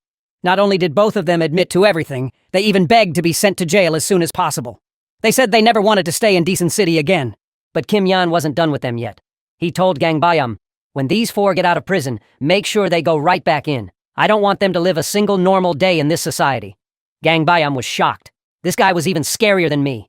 I never want to be your enemy, but I've been working at the bottom for a month now. Just like you said, I haven't gotten anything out of it yet. I don't have the patience to climb my way up step by step." Kim Yan urged him to stick it out a little longer. "Just do as I say." Back when Kim Yan's was a vegetable, the real estate industry was booming. Unfortunately, there was a fatal accident at one of Myeongjin Construction's construction sites. A worker was struck by falling rebar. People wanted to call the police and an ambulance, but the foreman stopped them, not wanting any delays that might cost them the schedule. So he insisted on reporting up the chain before doing anything. It wasn't until 2 hours later that the worker was finally taken to the hospital. By the time his son arrived, his father was already dead. The real estate company refused to treat it as a workplace injury or pay any compensation, causing a massive hit to Myeongjin Construction's reputation. At that time, Go Chang-bae was wandering around the site, unaware that he was about to face the turning point of his life. He was itching to go to a bar instead, but he knew Kim Yan wouldn't have sent him here without a reason. Watching Kim Yansi send all those school bullies to hell, Gang Bayam couldn't help but imagine his own brother, Gang Sok, suffering the same fate. Suddenly, a loud crash rang out outside. Gang Bayam rushed out to find out what happened. There had been a collapse during a concrete pour. The foreman reported that at least 5 or 6 people were trapped inside. "But don't worry, sir. I'll contact headquarters right away and keep everything under wraps so word doesn't leak out." Go Changbam grabbed him by the collar. "Do you have any idea how serious this is?" He was also shaken inside because Kim Yan had told him, "If you ever face a major accident at the bottom, don't worry about short-term losses. The workers' lives come first." Go Changang Bayam ordered him to call an ambulance immediately. The foreman protested that if word got out, there'd be delays and losses. Who would cover them? Go Changbayam replied forcefully, "I'm in charge now. Get every rescue team here and do everything you can to save the trapped workers. I'll take full responsibility for the consequences." He demanded to know why the accident had happened. A worker in a white helmet stepped forward to explain. To speed up construction, the crew pulled out the supports before the concrete had set, so the rebar didn't bond at all, hence the collapse. If we'd waited for it to cure properly, none of this would have happened. Go Changangbam asked, "Why are you telling me this?" The worker replied, "I want to know if you care. Will you take responsibility for what happened?" Gangbam's answer took him by surprise. What could be more important than a human life? Even if this building has problems in the future, the only thing that matters right now is saving lives. If you've got time to talk, use it to get the rescue team back on the line. Thanks to the timely rescue, most of the construction workers escaped with their lives. However, the company assistant was still very worried. Several online media outlets had reported on the accident from a negative angle. Headquarters could no longer stop the news from spreading. Go Changbayam, though, seemed unconcerned. "So, what do we do now?" The assistant looked at him in shock.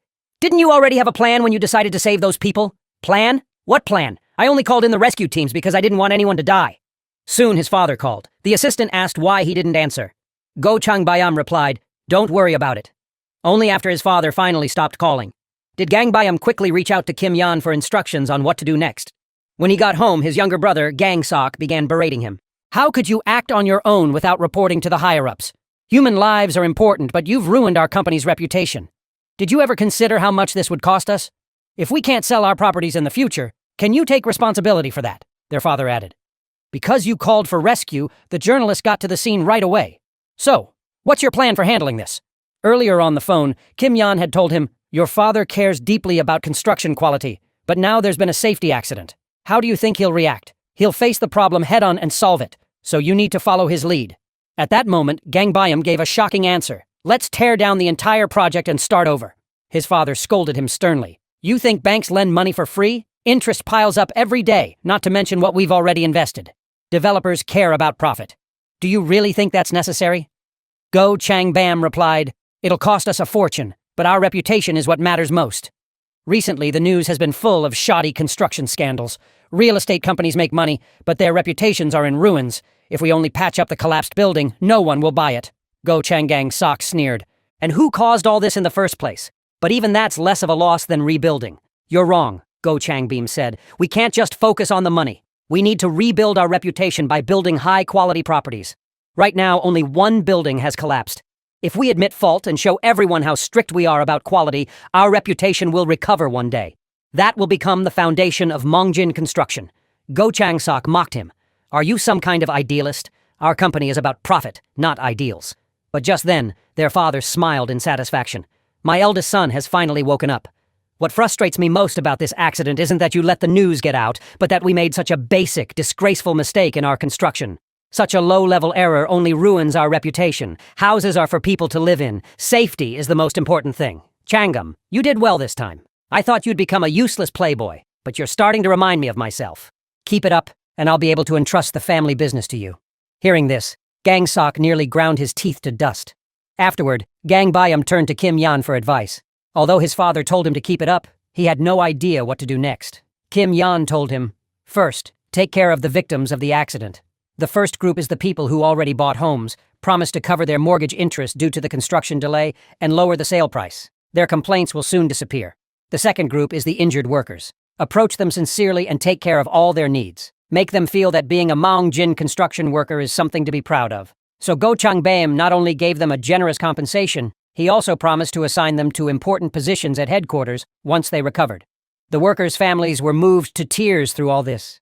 Go Changang Bayam learned a lot. He told his assistant, "I used to see this company as nothing but a money-making machine. I just wanted to finish buildings and sell them as fast as possible. But now I can see how many people devote everything to this job. People who want to support their families. People who spend their life savings to buy our homes. I used to take my position for granted, just living for pleasure. From now on, I can't live that way anymore." The assistant hadn't expected the young master to change so much. It felt a bit strange. Suddenly, someone shouted, "Why are you smoking here? Put it out right now!" Go Changam instantly reverted to his old ways. "There goes my serious mood. Get lost or I'll smash up the whole hospital." Thanks to Kim Yan Sung's guidance, Go Changbayam not only won his father's approval, but also earned the heartfelt gratitude of the workers. For someone who'd always been arrogant and brash, the praise took some getting used to, especially when one of the workers' families even brought him homemade snacks. Go Changbayam complained that it made him uncomfortable, but he ate more heartily than ever. Just then, a subordinate came running. "There's a visitor here for you, sir. They said it's a TV crew and headquarters has already approved it," Go Changang Bayam said. "Then show them around for the shoot," but the worker replied, "They want to interview you." This caught Go Chang Beam completely off guard. Had he done something wrong? Not long ago, a young man named Oh Jang-hook reached out to a TV station. His father was a construction worker, crippled for life after a tragic accident on the job. The way the real estate company handled the incident left him furious. Normally, the first thing you do after an accident is call for help, but the supervisor insisted on reporting to his superiors first. As a result, his father wasn't taken to the hospital until 2 hours later, and it wasn't even the nearest hospital, but another one an hour's drive away. In the end, his father was left permanently disabled. What made it even worse was that they never received a sentence compensation. The real estate company's inhumane decision was all about keeping the project on track and finishing ahead of schedule. To them, workers were disposable. Oh Jang-hook didn't want anyone else to end up like his father, so he gathered his courage and stepped in front of the camera. He now worked at a construction site himself. Not long ago, there had been an accident on his site, but this time, the real estate company's response was completely different from what his father had experienced. The person Oh Jang-hook was talking about was none other than Gang Bayam, which was why the TV station wanted to interview him. At that moment, Gang Bayam's father was watching the news report. Mongjin Construction's decision to rebuild the complex shocked everyone. It would only increase the company's losses, but it also showed their commitment to quality.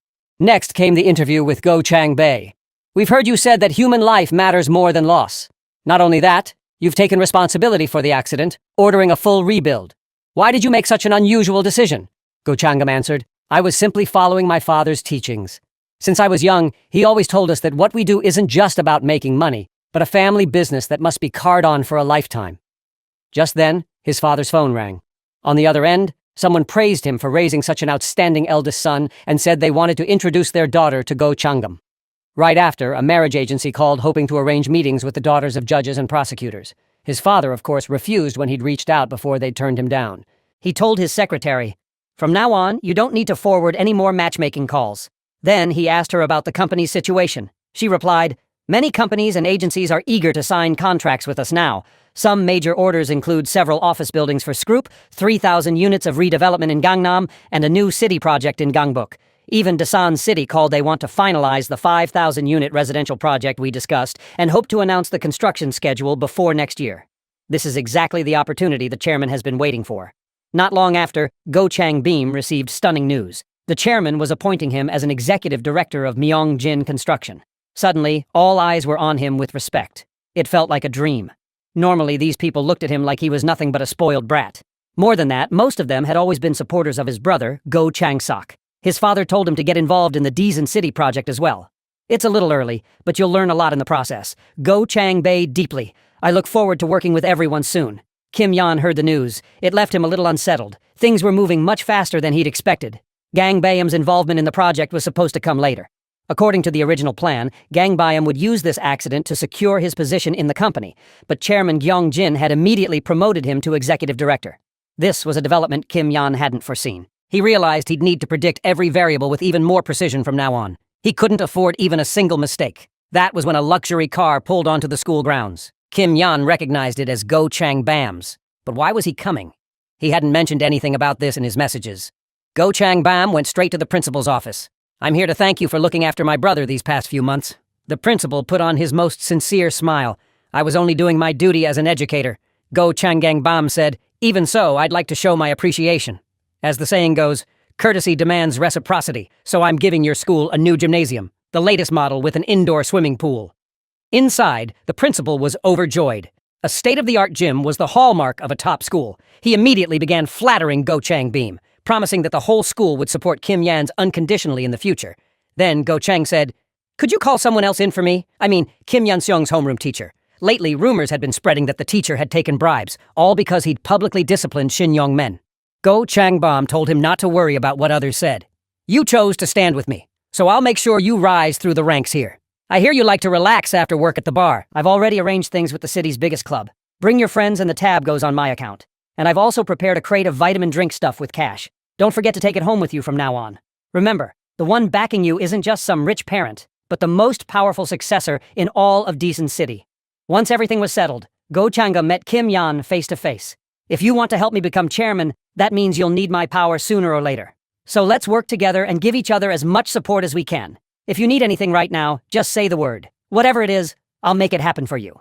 Kim Yan didn't hold back. "So how much money are you willing to spend for me?" Not long after, the homeroom teacher announced a major piece of news. Myeongjin Construction had invested a huge sum in the school. As a result, the school would be awarding a 10 million won scholarship fund. Any student who paid attention in class and showed real potential would have a chance at a share. The moment students heard 10 million, their faces lit up with anticipation. But when the teacher announced that the first scholarship recipient was Kim Yan's, disappointment swept across the room. Everyone knew that the eldest son of Myeongjin Construction was Kim Yan's guardian. Why bother with the theatrics? Just hand him the money. Especially when the teacher then named Kim Se-woo as the second recipient. Now everyone was convinced there was something fishy going on.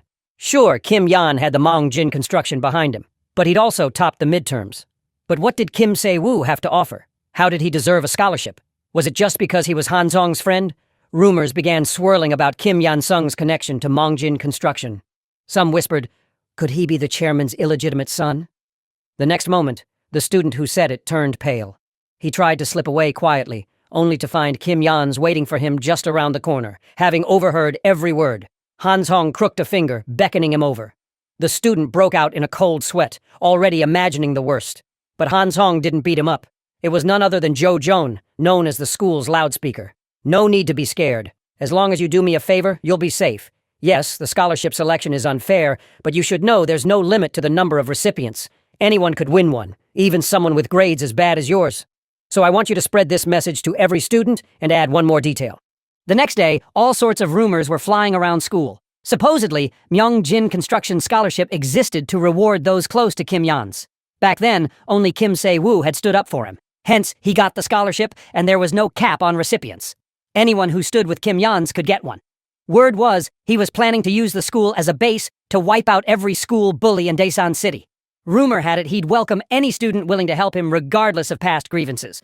Most students took the gossip with a grain of salt, but second-year boss Bae Sang-ho took it seriously. He hoped he could get a scholarship just like Kim Se-woo. If Han-song needed muscle, he was more than up for the job. Bae Sang-ho privately sought out Jo Jae and to get the truth. Jo replied, "I'm only telling this to you. Kim Yan wants to turn this school into his kingdom, then use it as a base to sweep aside all the surrounding schools.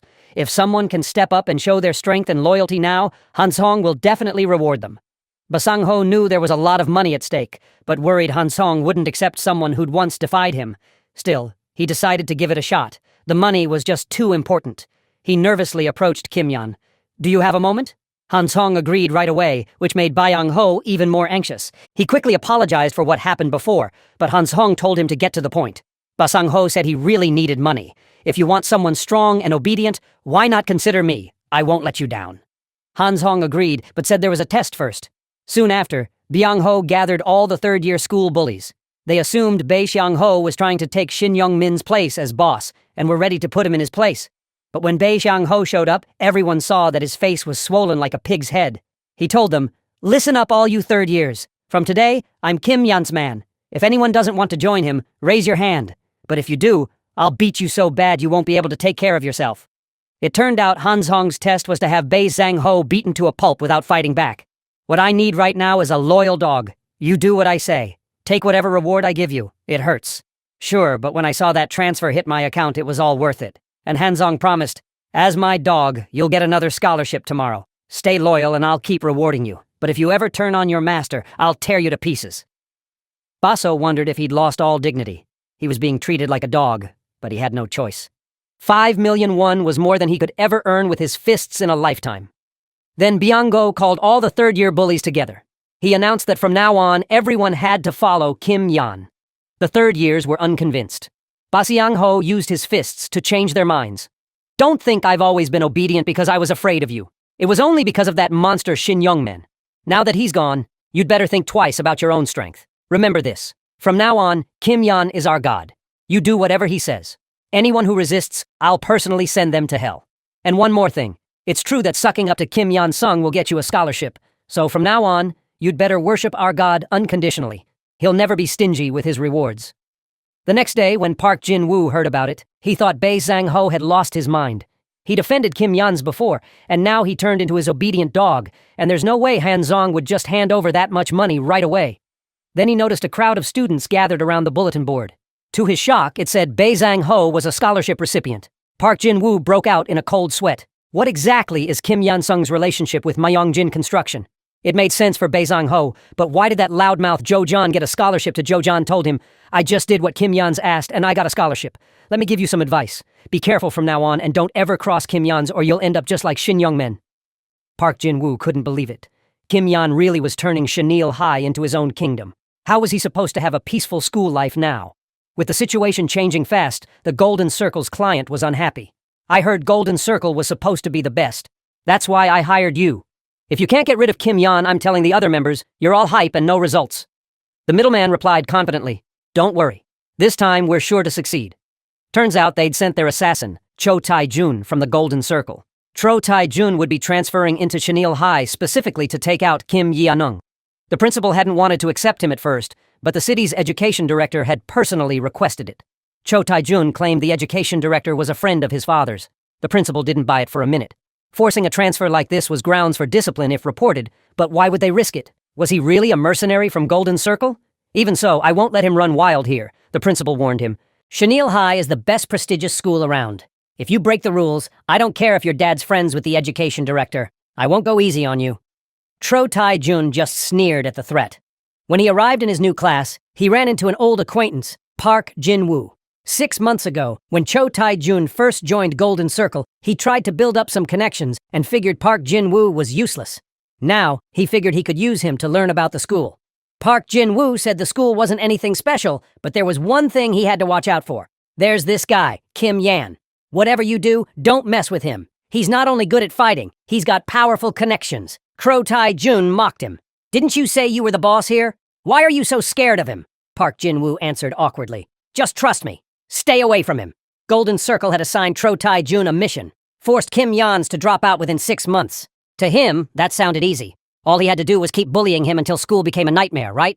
So his plan was to beat up Han Song first, then incite everyone to ostracize him. He figured he wouldn't even need 6 months. 1 month would be enough, and his confidence wasn't unfounded. In the Golden Circle, SRank was nearly impossible to get nationwide. A rank was reserved for the top 1%. B rank meant you were already above the national average. Even though he was only a first year, Cho Tae-jun had scored B rank in their testing. He asked Park Jin-woo to show him Han Zong's classroom. Unfortunately, Kim Yeon happened to be there. Park Jin-woo felt a surge of dread. Cho Tae-jun immediately tried to pick a fight. Hey, .. What are you staring at? Park Jin-woo's face went white with fear. Kim Yeon replied, That's a bit obvious, don't you think? I wasn't even looking at you. Are you just trying to pick a fight with me? You'd better think carefully about whether you can handle the consequences. Before Cho Tae-jun could answer, someone punched him. Cho Tae-jun was completely stunned. Park Jin-woo was kneeling on the floor, begging for forgiveness. I didn't mean anything by bringing him here. He's the one who started it. Please just let me off this time. Cho Tae-jun was bewildered. What the hell is wrong with this guy? Ever since Byung-ho publicly declared his loyalty to Kim Ya-nung, the atmosphere at Chenil High had changed dramatically. Now, if anyone so much as spoke ill of Kim-an behind his back, Byung-ho would immediately show up with his crew for a friendly visit. Surprisingly, the students didn't resent this change. In fact, they rather enjoyed it. After all, back when Shin Young-min ruled the school, violence and bullying were everywhere. But ever since Byung-ho received his scholarship and became Chenil's guard dog, the bullies who preyed on the weak were finally being dealt with, and the school experienced a long-lost peace. Now, however, Cho Tae-jun stepped forward, openly challenging the new godfather of peace. Park Jin-woo immediately sensed trouble and frantically dropped to his knees, begging Kim Yeon for mercy. Cho Tae-jun looked at him in confusion. I thought we were friends, and you stabbed me in the back. But Park Jin-woo snapped back, threatening Choi. You're just a transfer student. How dare you mess with Yanung? But when it came to blows, Park Jin-woo was no match. Cho Tae-jun just smirked. Did you forget who I am? I took on the entire wrestling team by myself and got scouted by Golden Circle before I even graduated. You, who goes down in 3 punches, dare to mess with me? Meanwhile, Kim Yan-sung watched the scene with amusement. Now this is entertaining. Cho Tae-jun hadn't expected such arrogance and sneered, You're not leaving this school alive today. But just then, the bell rang, so he could only toss out a threat. Don't run after school. I hold grudges. Once inside, Cho Tae-jun noticed the atmosphere was off. Students kept shooting him dirty looks. No one would talk to him during group work. And even when the teacher tried to assign groups, everyone objected. He was completely baffled by what was going on in their heads. After class, he cornered up a spectacled student who looked like an easy target, hoping to make an example out of someone. But before he got the chance, Byung-go burst in with his crew. Where's the transfer? Show yourself. At Chenil, nobody lays a hand on Kim Yeon. Cho Tae-jun finally lost his patience. What is with these people? Did the whole school get brainwashed or something? Why are they all protecting Ya-nung? Bas Yang-ho charged in swinging, but Cho Tae-jun knocked him away with a single sharp elbow. But surprisingly, Byung-go bounced back like an unkillable cockroach, and Cho Tae-jun got truly pissed off. He just couldn't understand why everyone stood up for Kim Yeon's. Even after taking a heavy blow, Bae Zhang-ho refused to stay down. Cho Tae-jun wondered if he'd missed. Fine, have another. He grabbed Ba's head and smashed it into a desk, finally putting him out. He thought this would serve as a warning to the others, but unexpectedly, the onlookers all rushed him at once. Cho Tae-jun was speechless. Wasn't one-on-one fighting supposed to be the rule? But these guys shamelessly ganged up on him. Cowards, even if you all attack, it won't matter. Yet there were sneak attacks from behind as well. Cho Tae-jun roared. You'd rather lose your dignity than lose a fight. Is it just you left now? But as soon as he finished, 3 more guys jumped in. Someone shouted. He knocked out Byung-ho. We have to gang up or we're doomed. Cho Tae-jun sneered. Bring it on. I'll take you all at once. Just then, Byung-go got back up yet again. Troy advised, just stay down. Why are you so loyal to a first year? Byung-ho answered, don't talk to me about loyalty. That's not it. Turns out, after beating up the third-year bullies, he'd received a fat red envelope from Gang Byum that night. He thought, if I beat up Golden Circle guys, will the reward be even bigger? And even if he lost, the big boss wouldn't mind. Baso told everyone, this guy is even scarier than Shin Young-min. We might not win. But even so, we can't back down. Otherwise, Yans would be disappointed. In truth, being Yanokong's punching bag had already earned him 5 million won plus a 10 million scholarship, plus $1 million in pocket money. With that kind of cash in just a few days, how could he ever give up on Yanung? Baso led 10 second years into the fray, but they still weren't a match for Cho Tai-jun. But this brawl made Cho Tai-jun hate the school from his very first day. This place was like a cult. Normally when someone lost a fight, it was over. But these guys fought like maniacs, never letting up. If there were any more crazies like this, he'd really be in trouble. Choi Tai-jun thought to himself, this guy has turned the school into a fortress. If that's the case, I'll just have to go all out and break through. As long as I break one of Kim Yan's arms, the middleman can report a success up the chain. As soon as Cho Tai-jun walked out of the classroom, someone deliberately bumped into him. It was none other than Kim Yan's homeroom teacher. Looks like he planned to deal with Choi Tai-jun personally. Turns out the teacher had already been briefed by Park Jin-woo. He asked, "Did Kim Yan say what to do next?" Park Jin-woo replied, "He said to handle it however we saw fit." That left the homeroom teacher in a bind. But no matter what, he couldn't let Choi Tai-jun off easy. Maybe this is my chance to prove my worth and get closer to him, he thought. So, he decided to give Cho Tai-jun a lesson he wouldn't forget. He called Choi into the office and slapped him across the face. Cho Tai-jun was furious. "What gives you the right? You think teachers can just hit whoever they want? You'll never teach again. I'll make sure you're fired." The homeroom teacher sneered. "You really don't get it, do you? On your first day, you sent classmates to the hospital, beat up the upperclassmen, and scared your whole class out of their wits. And now you threaten a teacher. Go call that influential friend of your father's and have him sue me if you dare. You think you can get me fired? Dream on. I've seen plenty like you. No matter what you do, nobody will believe you. No one in this office will testify for you. Without evidence, I can do whatever I want to you in here. This punch is for Park Jin-woo, this one for Bae Seong-ho, and this slap is for one of the second years." That night, Choi called the middleman to vent. "Everyone at Chenille High is crazy. The teachers and students are all out of their minds. I can't take this alone." The middleman hadn't expected things to get so messy. If the job failed, he'd be finished too. He tried to comfort Choi and told him to lay low while he figured something out. Then the middleman rushed downtown to see Moon Chang-ho, the education bureau director. He complained that the principal was ignoring him and hoped the higher-ups could apply some pressure. Moon Chang-ho immediately phoned Deason's education supervisor. "I heard a teacher at Chenille is giving special attention to a certain student. Can you look into it?" But the Dasan's supervisor replied coldly. "Why are you a city official meddling in Dasan's business? Don't you know that's overstepping?" Moon Chang-ho shot back. "Don't think I don't know about the skeletons in your education system. If you don't cooperate, I'll blow the whistle." But the Dasan supervisor simply played his trump card. "You know about Golden Circle, right? If you really want to fight, are you sure you'll escape unharmed? Don't push it. If we fall out, it won't end well for either of us." Turns out the decent supervisor was the principal's own brother. He was a little worried, too. After all, Golden Circle was no joke. "Honestly, I'm afraid neither of us will escape punishment." The principal reassured him. "Don't worry. The real opportunity comes from Yongjin Construction's successor, Go Chang-bae. As for corruption, don't worry about being exposed. The kid we're protecting is smarter than you think. Your position is safe." The next day, for the first time, Cho Tai-jun experienced what it meant to be ostracized. When the class went to PE, no one told him. Wherever he went, people whispered behind his back. Troy finally lost his temper. He immediately texted his crew from the city telling them to come to Deason. He also reached out to other schools, hoping to pressure Chenille and completely isolate Kim Yan's. At lunch that day, as Choi was eating, Kim Yan's suddenly sat down across from him. Choi thought, "Maybe I'll just deal with him right now." Yanung said, "Heard Dasan's education supervisor gave you some trouble." Choi sneered. "So you're the king of this little pond? Step outside and you're nothing." Suddenly, someone forced Choi's face into his lunch tray. "If you know I'm the king here, how dare you even show your face? Who gave you the guts to act up on my turf?" He was dragged off to a secluded corner. Choi shouted, "You guys need to gang up to win. Doesn't that embarrass you?" Yanung was calm. "You're strong. After all, you're a B-rank assassin. If we were evenly matched, I'd try to beat you fair and square, but right now I can't, so I'll close the gap. Get him." At his command, the lackeys piled on Choi. Park Jin-woo yelled, "Move over! Let me!" Choi's back was nearly broken. Before he could react, Byung-go's fists followed. No matter how tough Choi Tai-jun was, he couldn't fight off a crowd. He thought about focusing on just one opponent. But suddenly, Yan-sung locked his arm in a cross-arm lock. "If you only had one arm left, I might be able to win, right?" There was a crisp crack. Choi screamed in agony. "You're insane!" Yan grabbed him. "Now you have two choices. One, finish Golden Circle assignment as planned, but I'll take your other arm and make school hell for you. Two, become my guy, pretend you completed Golden Circle mission, and act as my mole." Of course, Choi refused to give in so easily. "You want me to betray Golden Circle? Dream on." At that moment, Yanung turned to Byung-ho. "If I gave you 100 million, would you stab him?" He continued.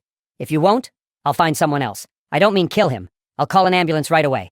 As long as he's left with a little injury, that's enough. The atmosphere instantly became tense. Everyone froze in shock. Jan's tone turned cold. Think about this. How many years of part-time work would it take to save up a H100 red million? I can give you that now in just 3 seconds. Besides, we're just students. If anything happens, we'll just say it was a prank gone wrong, and nobody in Daesan will believe his story. Finally, Byung-ho was tempted. Didn't you say, as long as I do what you ask, you'll reward me? Yan Sung replied coolly, it's just business. Bae nodded. Hold him down so I don't stab the wrong spot. Just as things were about to get real, Choi Tae-jun panicked and shouted, I'll take the second option. Yanung stopped Bae-young-ho just in time. You made a good decision. I'll reward you. You're off the hook for today. Then Yanung rattled off Choi Tae-jun's address and mentioned his little sister, warning, I'm much more ruthless than you think. If anyone blocks my way, I'll spend my life making sure theirs is ruined. One last time, which will it be? Stay loyal to Golden Circle or become my dog? At last, Choi Tae-jun was truly frightened and bowed his head. I'll be your dog. Yanung patted him on the head like he was comforting a pet. Smart choice. Ba Seong-ho was a little worried. Is it really okay to just let him go? Yanung grinned. If he breaks our deal, he'll learn the consequences. Check your account after school. I'll transfer your reward and bring Jo Hyan here, but make sure nobody notices. The next day, Jo Hyan nicknamed the loudspeaker, spread the word. Kim Yan and Bae Xiang-ho had fallen out. Now, even if someone badmouthed Kim Yan, Ba Yang-ho wouldn't stand up for him. Everyone quickly believed it and started wavering, wondering if they should ostracize Kim Yan's. But in truth, this was all part of a trap Kim Yan had carefully prepared. He was just waiting for the big fish to bite. Meanwhile, ever since Gang Bae became an executive director at Mongjin Construction, his younger brother Gang Sok finally couldn't sit still. He called an emergency meeting with the top brass. At this rate, their father was likely to hand the company over to Go Changum. Director Kim Killen saw through it instantly. I'm sure there's someone helping him behind the scenes. Someone we haven't identified yet. Your last scandal was leaked by someone only. Go Changbayam benefited. Now he's suddenly working his way up from the construction sites, diligently clocking in and out. When accidents happened on site, his response was exactly in line with the chairman's values. If he was still the old Go Changbayam, could he have pulled that off? None of this is coincidence. Someone is pulling the strings. That person is the key. The problem is we still don't know who it is. We need to use every resource to figure out who's behind him. Over the next few days, Go Chang-sok had people tail his brother, but turned up nothing. He was growing increasingly frustrated with his team. Suddenly, someone noticed unusual transactions in Go Changum's account. Large sums flowing into a school for scholarships, a gym, a swimming pool, and more. But Go Chang-sok dismissed the clue. That guy always spends money recklessly. 3 years ago, he paid off a bar girl's debt and got chewed out by Dad. Forget it. Don't waste any more time on them. Just then, Gang Sok got a call from an unknown number. He didn't answer, but a text came through. I'm the one behind Gang Bayam. I want to talk to you privately. Turns out Gang Bayam had already realized he was being tailed and warned Kim Yan to be careful. I think you might be in danger. Chang is probably looking for you. Kim Yan grinned slightly. Are you scared Chang Sok will give me even more benefits? Go Chang Bam tensed up and quickly denied it. Yanung pressed. Do you trust me? If you do, help me get someone else's phone number. Meanwhile, Gang Sok asked Kim Killen, if we find out who's behind this, what do we do? Kim replied, 2 options. Recruit them to help us bring down Gang Bayam, or if they refuse, eliminate them. Soon, Gang Sok reached out to Kim Yan, inviting him to join his camp. Gang Bayam only has a high school diploma, but I graduated from a top university. He used to just hang out in bars while I built up real experience in the company. You know as well as I do, Dad is unlikely to let him inherit. That's why you contacted me, right? Yan replied. Maybe, but I have a condition. Chang agreed before even hearing it. I'm ready to agree to anything you ask. Back at the company, everyone crowded around to ask about the negotiation. Chang said he didn't ask for anything special, just a seat on the board. Director Kim immediately panicked. You're giving a board seat to someone you don't even know. We need to be careful. Chang slammed the table. Who are you to lecture me? What did you do when I was being exposed? If someone capable wants to join, what's a board seat? You need to see the bigger picture. But Kim insisted, it's not that simple. Mongjin Construction values tradition. Our execs have all devoted over 20 years. Chang cut him off. Enough. That old thinking is what's holding us back. If I become chairman, this place is going to change. Just remember, if I'm in charge, you won't lose out. Isn't that enough? Kim Killian felt uneasy. He'd backed Chang all the way, but now even his own position wasn't safe. He knew Chang was selfish and overbearing, but at least he was more invested in the company than Changum ever was. Just then, Kim Killian got a call from an unknown number. The caller got straight to the point. I heard about Chang's decision. You aren't happy, are you? Honestly, I never wanted a board seat. I just wanted you to see the difference between Chang and Changum. Mongjin construction is all about tradition. A board seat isn't for just anyone. If Chang really understood the chairman, he wouldn't have offered it so easily. So, I hope you'll support Go Changbei. He's not the same reckless kid he once was. Kim shook his head. I can't betray the people I've chosen. The caller replied, It's not betrayal. I just hope your decades of work aren't thrown away at the end. A few days later, Kim Kilian met with Go Changam and asked directly, Who's helping you behind the scenes? Chang Bayam just smiled. That's something I can't say. Kim didn't press. Instead, he reminisced. You used to follow the chairman around construction sites, even helped us carry bricks. One time you fell and I nearly had a heart attack. Seeing you grow up healthy made me happy. I always had high hopes for you, but when you got older, you changed. Mongjin construction only got stronger, but you just partied and caused trouble. That's why I thought you weren't fit to be chairman and supported Chang instead. Like your father, I've given everything to this company. I couldn't hand it to someone who couldn't even keep his own job. But lately, you've changed. Now it doesn't matter who's helping you. As long as you deliver results, that's enough. Mongjin construction needs you now. I'm counting on you. Back to Kim Yan's side. Not long ago, he deliberately spread the rumor that he'd fallen out with Bayang Ho. Troy Tai Jun reported back on how the students reacted. Kim Yan had already narrowed down his list of suspects to 3. The first was Eugene, top student in the first semester, always ahead, so Yan Song was a threat to her. Second was Lee Jin Hyong. At the start of the semester, he and Yan Sung had fought, and though he kept a low profile, his family owned thousands of pyong of land. And the third was Tro Sha. Her father was a high-ranking official, and at one point this semester, her grades had surpassed Yanung's before he overtook her again. Yanung set his bait squarely on these 3. After several days of observation, he narrowed it down to 1. The next day, during soccer class, a girl nearby hesitated, debating whether to confess her feelings. She was the main suspect. Cho Shona. Oh, Hai tried to dissuade her. Kim Yan isn't the good student he used to be. If you date him, he might lead you astray. But Kro Shona replied, It was other people who messed with him first. Then, summoning her courage, she approached to talk to him. Yanung smiled slightly. I have something to say to you too. Let's go somewhere private. Class was about to start, and the 2 still hadn't returned. Oh, Hai grew worried. Suddenly, she received a text from Cho Shona asking for help. It turned out Yan Song had brought her to the equipment storage room. At first, Shona was a little nervous, but she kept reassuring herself that Yan Song was a good student and would never cross the line. Unexpectedly, he locked the door behind them.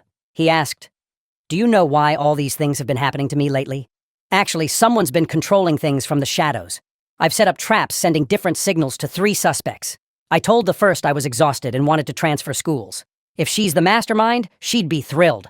I told the second I'd fallen out with Bei Zhang Ho. If he's behind it, he'd come looking for trouble right away. And to you, I hinted that I'm tired but still holding on. If you're pulling the strings, you'd push Golden Circle to act faster. So now that you know all this, how do you feel? Before long, Oh Hai rushed in anxiously asking what had happened. Had Yanung bullied Shona at that moment? Yanung, hiding nearby, spoke up. Shona, you can go. Baffled, Oh Hai watched as Shona obediently left. Then Yanung shut the door. Hai, you stay. Even though Shona is suspicious, I have reason to believe she's not the culprit. It turned out Yan had asked Gang Bayam to investigate all 3. Sha had one critical detail. Her brother had taken his own life after being bullied. Her family moved to Daesan to protect her. Because of that, she hated school violence more than anyone. When she heard about Yan Sung's experiences, she'd encouraged him to be brave. So there's only one conclusion. Shona only passed along the rumors she heard. But the real mastermind is you. Oh, Hai. Hai broke free and ran for the door. I don't know why you suspect me, but it's not true. But someone locked the door from the outside. With no way out, Hai tried to reason with him. We've always been close. I have no reason to hurt you. I'm sure it was Shona's idea. She was upset when your grades improved. You know, her dad's a high-ranking official and Golden Circle has connections with people like that. But Yansung wasn't fooled. He'd never mentioned Golden Circle in front of her. Once her cover was blown, Hai dropped the act. You brought this on yourself. If you hadn't always been so cold, it never would have come to this. It turned out that several months ago, the first time Oh Hai met Kim Yanung, she was smitten, handsome, top of the class, an all-around athlete. He was practically flawless. The problem was there were plenty of girls who liked Kim Yans, but he turned every single one down. Afraid she'd get rejected too, Oh Haiji opted to test the waters instead of confessing outright. Every time Yanung patiently helped her solve a difficult problem, she felt she had a chance. She even had her friends ask about his ideal type. Kim Yan said, I like girls like Hai. Cheerful girls are the most attractive to me. That gave Oh Hai renewed confidence. With a carefully chosen gift and a heartfelt letter, She finally summoned up the courage to confess to him in person. But she was rejected all the same. Growing up in a wealthy family, this was the first time in her life she'd ever tasted defeat. Her resentment toward Yan Sung deepened. "Did you commission Golden Circle to get back at me?" "Oh, hi," demanded angrily. "Didn't you say I was your type? Why did you lead me on if you never liked me? But I never thought things would go this far. I just wanted you to know what despair felt like. I swear I'll never do something like this again. Please, just let me go." Kim Yan replied calmly. "I didn't reject you because I disliked you. I just don't have time for a relationship. The snacks and gadgets you bought on a whim. I can't afford any of that. Even if I did like you, I'd still have to say no." For a moment, "Oh, hi," thought she saw hope. "Then why didn't you just tell me? If you'd been honest, I wouldn't have ended up like this. Can't we just go back to how things were?" Suddenly, Kim Yan grabbed her hair, his voice icy cold. "It's too late for that. I'm going to tear your life apart piece by piece. You'll never understand why I'm this cruel. Do you know why I survived without becoming a vegetable? Why my family didn't collapse? Why I endured 10 years in hell? Because I never stopped fighting. People like you are the ones who pushed me into the abyss, then sat back to watch the show. You'd better start researching which plastic surgeon is the best in town." Just then, the homeroom teacher burst in, shocked by the scene. "You're even hitting girls now?" Yanung answered bluntly. "She's the one who hired Golden Circle." The teacher's attitude flipped instantly. "If she really is the client, then maybe you went a bit far, but she should pay for what she's done. I'll handle the fallout." But Yan Sung said, "No need, just send her home." When Oh Hai's father, Oh Chunum, saw his daughter's battered face, he was furious. "I'll make you pay for this. Kim Yan, Go Chang Bayam, I'll see both of you in jail." Before taking action, he wanted to confront the Golden Circle middleman about the leak. "You said, you never fail. I'll make sure every client hears about this." But the middleman, Yongshan Su, was unfazed. "Do whatever you want. Our business is finished. As you said, Golden Circle has never failed. If I broke the rules, what do you think would happen to me? So I've already given all the evidence of our deal to Kim Yan for insurance, in case I want to stay alive." Oh Chunum shouted. "Then let's all go down together. I'll report you and expose Golden Circle for what it is. No one will get out of this unscathed." Yongshan Su said nothing more and hung up. He'd done this because Kim Yan had contacted him before Oh Chunum ever did. "You're Golden Circle's local middleman, right? I've already sent Oh Hai home safely." Yongshan Su was stunned. Not only did Yans know the client, he even had his phone number. He realized instantly that Kro Tai Jun had betrayed him. Kim Yan continued, "You've exposed the identity of a client. Now you're a threat to Golden Circle. Their only option is to silence you and Oh Chunum permanently." As he spoke, 2 men with knives appeared silently behind Yongshan Su. Kim Yan Sung's tone shifted. "Do you want to live? Then do exactly as I say. Report to your superiors that the assignment was a success. Tell them I've been dealt with. The client is satisfied. And Cho Tai Jun completed the job." Meanwhile, right after hanging up, Oh Chun Sung's doorbell rang. To his shock, Kim Yan himself walked in. Yanung sat on the sofa and ordered coldly, "Sit down and listen. I'll give you 2 choices. If you want revenge, call the police. But if you do, I'll release all the evidence Yongshan Su just gave me. Golden Circle won't go down, but you and Shan Su will both be finished. You'll go to jail, and Hai Yi will be implicated as well. Neither of you will have a good ending. You'll get at least 3 years. She'll get a few months at most. What do you think will happen to Haigi while you're gone? You think I'll let her off?" "Oh," Chunum roared. "You're threatening us? You think you'll get away with this?" Yanong replied with a confident sneer. "You can't touch me. I have Go Changam behind me. I could have him ___. Hai ruined her eyes at this. Oh, Hai trembled, barely able to stand.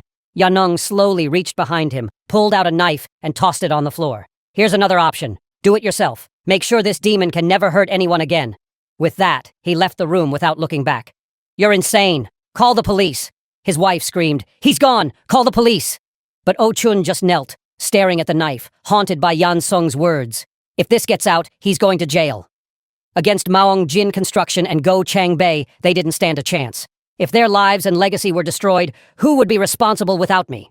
"Can you protect Hiji? I told you not to spoil her too much." Seeing the look in her father's eyes, Hai fled in terror. For the first time, she saw madness in him. To protect his status and power, Oh Chunum was finally willing to sacrifice his own daughter. No matter how she begged, it was useless. Young Shansu asked, "Even if Oh Chunum chooses the second option, you're not just letting this go, are you?" Kim Yans answered calmly, "I have evidence of all his crimes. If he resists, I'll report him for domestic abuse. When that happens, their family will lose everything. She'll be left disabled, living alone." Young Shan-su was stunned by his ruthlessness, but Golden Circle will find out the truth sooner or later. Kim Yan replied, That's why I want to make a deal. I'll be a Trojan horse, infiltrate your organization as a mole. You joined Golden Circle for the money, right? Work with me and you'll make more. Youngshan Su laughed. You think Maongjin Construction alone is enough to support you? I admit I joined Golden Circle to climb the social ladder. Golden Circle has the power for that. I'm betting my life on you because I'm scared of them too. But you want me to trust you and Yongjin Construction to take on this kind of risk? Forget it. Then Kim Yan uttered a single word, top tiers. If for the next 2 years, I only have you handle the top tier members. The top tiers were Golden Circle's most elite clients. The creme de la creme of Korea's table families. Golden Circle had special middlemen just for them, and the pay was astronomical. Most crucially, the top tier's middlemen were considered top-tier members themselves. Youngshan Su was stunned.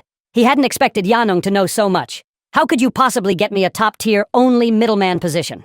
Yanong replied coolly. You just need to keep your mouth shut for the next month. After that, you'll get what you want.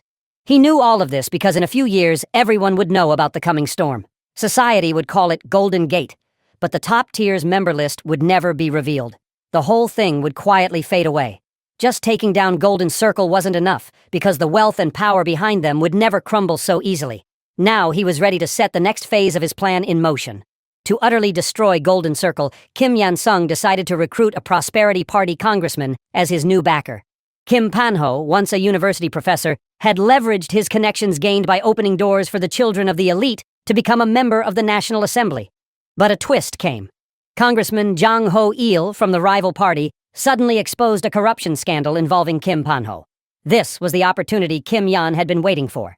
At that moment, Kim Pan-ho urgently needed outside help. Kim Yan told him, Congressman Jang doesn't actually hold any personal grudge against you. Even if he attacks you, there's little political benefit in it for him. So I suspect he's just acting as someone else's mouthpiece. That someone is your own party star, Assemblyman Yang Minu. You've expanded your power too quickly, and now he wants you out of the way. But since you're in the same party, moving against you directly is risky. So he let Jang Hoil strike first.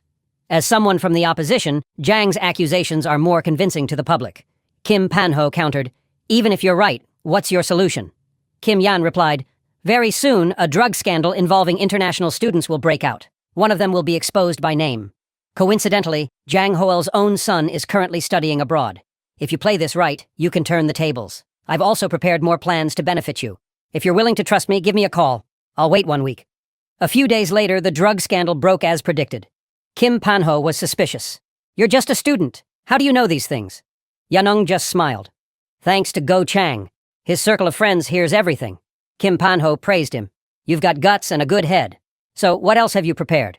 Yanong answered. Before I share more, let me ask, are you planning to run for president? Frankly, your odds are slim. You don't have a story that moves people. You're from an elite family. Everything has gone your way, Professor Lawmaker. You're part of the top 0.01% in Korea. Voters just can't relate at this. Kim Pan-ho grew angry. Are you telling me to give up everything I have now? Kim Yan replied calmly. With your personality, you'd never give up. So leave everything to me. I'll make you a king first. Maongjin Construction will bankroll your campaign. I'll help craft your presidential image, building a story that inspires respect. You'll be the political hero who brings down Golden Circle. If once Golden Circle is condemned by society, you can clean up the mess swiftly. You'll become a star overnight. I'll handle everything, even unexpected crisis. You just need to help at the critical moments. I know you're wary of trusting a student, but I suggest you investigate me quietly during this time. You'll find I'm not just a student. I'm the strategist behind Gang Bayam, the very advisor his younger brother has been desperately searching for. Back at school, students whispered about Oh Hai's sudden withdrawal. Some said she'd been hospitalized just days before, so badly injured she couldn't walk. Kim Yan hadn't expected Kim Pan-ho to go so far against his own daughter. Now all that's left is for this power-hungry man to accept my proposal. If he refuses, I'll activate my backup plan, eliminate him if he learns my real identity, and recruit someone new. Maybe I'll face an even tougher opponent. Worst case, he joins forces with Golden Circle. Just then, someone called out to him from behind. A burly man threatened, "Go in by yourself or we'll drag you." These were Kim Pan-ho's men. He already knew Yan Song was Gang Bayam's secret strategist. I don't get it. You were never a Golden Circle victim. Why do you hate them so much? Yanong shot back. Have you ever felt the despair of being targeted for no reason? Completely powerless to fight back? Maybe someone like you with power could resist. But Golden Circle never goes after people like you. They pick those with no strength, no way to defend themselves. Victims can't even transfer schools because that would ruin their future. There's no help from teachers or adults. Golden Circle has already infiltrated, and the grown-ups just look the other way. At school, you get beaten. After school, you're never safe. You can't do anything except endure. It's hell. I'm going to break this endless cycle of violence once and for all. Violence might never vanish, but Golden Circle, which profits from it, must be wiped out. Kim Panho was silent for a moment, then said, "Tell me your plan. Afterward, I'll give you my answer. Golden Circle only maintains their ties to the powerful because they've never failed, but I've already convinced a middleman to submit a false report. Next, I'll transfer to a top high school in Gangnam for senior year and keep my grades #1 nationwide. In Gangnam, academic performance is everything. If the elites there find out Golden Circle couldn't handle me, their reputation will take a hit. Along the way, I'll need your help to make sure I'm not expelled. The longer I last, the more passive Golden Circle becomes." Kim Panho suddenly asked, "Do you know why I want to be president?" "Actually, I just want to experience it for myself. Everyone around me dreams of it. So I figured, why not me? I've never failed. Top university professor, lawmaker. So why not president? But if you fail even once, I'll drop you immediately. Erase all evidence you ever worked for me. If you can handle that, I'll accept your proposal." The next day after school, Crow Shona came to Yansong. She'd seen what happened to Oh Haiji and wanted in on the revenge. Her brother, too, had been killed by those people. She couldn't stand people like Oh Hai, self-centered, lacking all empathy, classic sociopaths. As Yanong rummaged in his bag, he asked, "How far are you willing to go?" Crow Shona answered, "I'll do anything." Yan handed her a pen. "Could you take out someone's eye with this? When I break someone's bones, I'm prepared for my own to be broken. If you ruin someone's life, you have to be ready for yours to be ruined too. If all you have is a little resolve, how can you help me? Don't come to me with half-hearted intentions. They'll only drag me down." To Yanong, this path was too dangerous for Shona. The same went for his friend Kim Se-woo. He could fight alongside him in Dasan, but not in Gangnam. One person jumping into the fire was enough. Even if he left, he hoped Se-yu would live well here. Just then, Kim Se-yu said, "That guy from the cram school is back." Recently, every cram school in Dasan was fighting to recruit Kim Yan-sung, all thanks to the principal's elite school obsession. To boost the school's reputation, the principal had the media report Yan-sung's perfect scores on the mock exams. The man in front of him offered, if Yanong agreed to be their star student, he'd get a 3 million won scholarship every month. He didn't even have to attend, just admit to having studied there. It was tempting, but Kim Yanong turned him down without hesitation. The next day, a new face appeared at the school gate, Lee Miso, who introduced herself as the admin of the DEI Area Skiom Forum. This forum was a hub for DEI area parents to share educational information, making it a key intelligence network in the local education scene. Lai Miso hoped Kim Yan could tutor her and several friends' children after school, offering 4 sessions per month at 2 million won per student, with lessons to be held in Dasan. Since he wasn't familiar with the forum, Yanong said he'd need a few days to consider. That evening, he went online to research it, and found that most posts were just parents chatting about daily study routines. Nothing that seemed of real value. But then, Lai Miso discreetly handed him a premium membership account worth 10 million won, claiming it gave access to a secret message board visible only to paying members. Once inside, Yansung's interest was piqued. During the last Life's Golden Gate incident, the fiercest backlash hadn't come from politicians, but from parents hypersensitive about their children's futures. Their rage wasn't about Golden Circle unfairness, but that their own children couldn't access those resources. Kim Yans instantly realized how valuable this group's influence could be. So, he agreed to Lai Miso's request without hesitation. The next day, Lai Miso's son and a group of wealthy kids arrived in Daesan as scheduled, but they didn't buy into Yan's reputation. Why should a student from a small town be #1 in the country? Kang Min-woo immediately suggested, "Let's ditch class." Some worried their parents would take away their phones and allowance, but Kang Min-woo reassured them. "If we all skip, they'll just fire the teacher. Even the top student in Korea can't do anything to us." When class time came, the classroom was empty. The group was hiding out in a club. Kim Yan tracked them down quickly. Just as Kang Min-woo was about to lose his temper, Yan-sung slapped him hard across the face.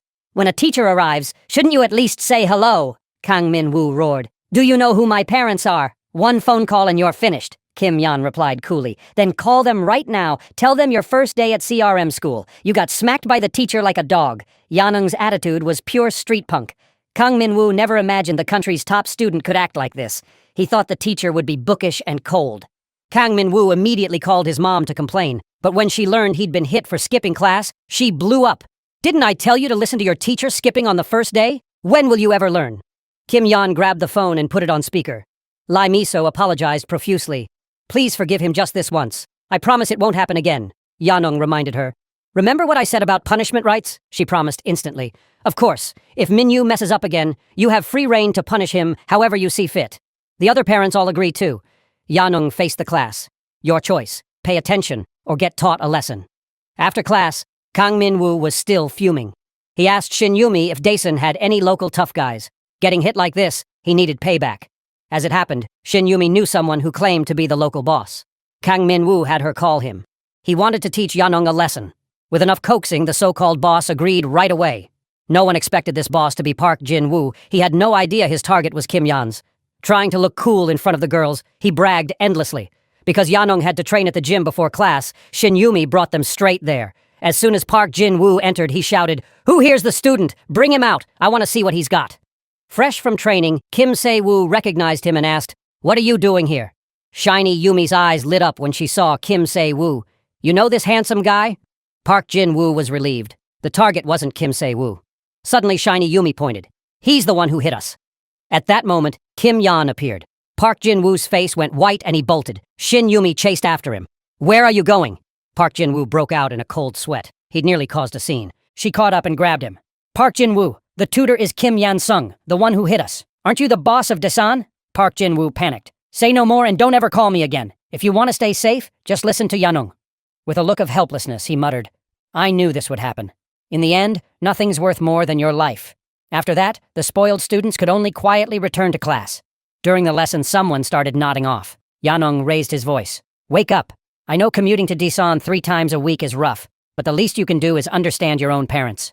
After you finish my course, if your grades don't improve, what do you think will happen? You'll just get even more tutoring. Accept it. But if your grades go up this semester, we'll cut back to once a week. I'll even talk to your parents so you can drop other cram schools. If you follow my method, your grades will rise. Getting into college won't be a problem.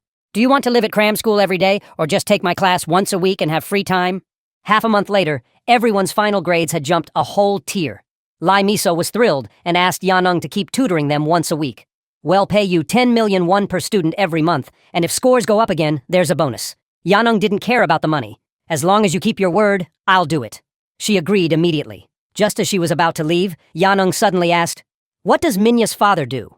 The truth was, he'd taken this job to get close to Kang Min-woo's father. These families had money and power, but had never joined Golden Circle. The reason was simple. Kang Min-woo's father was the deputy chief prosecutor at the Central District Prosecutor's Office. After finals, winter break arrived. Yanung and Se-woo asked Coach Yong to evaluate their current skills.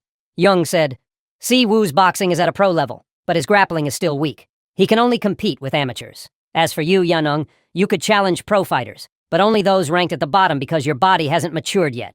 Your real opponents are 30-sums at their peak. Against them, you'd lose whether it's boxing or ground fighting.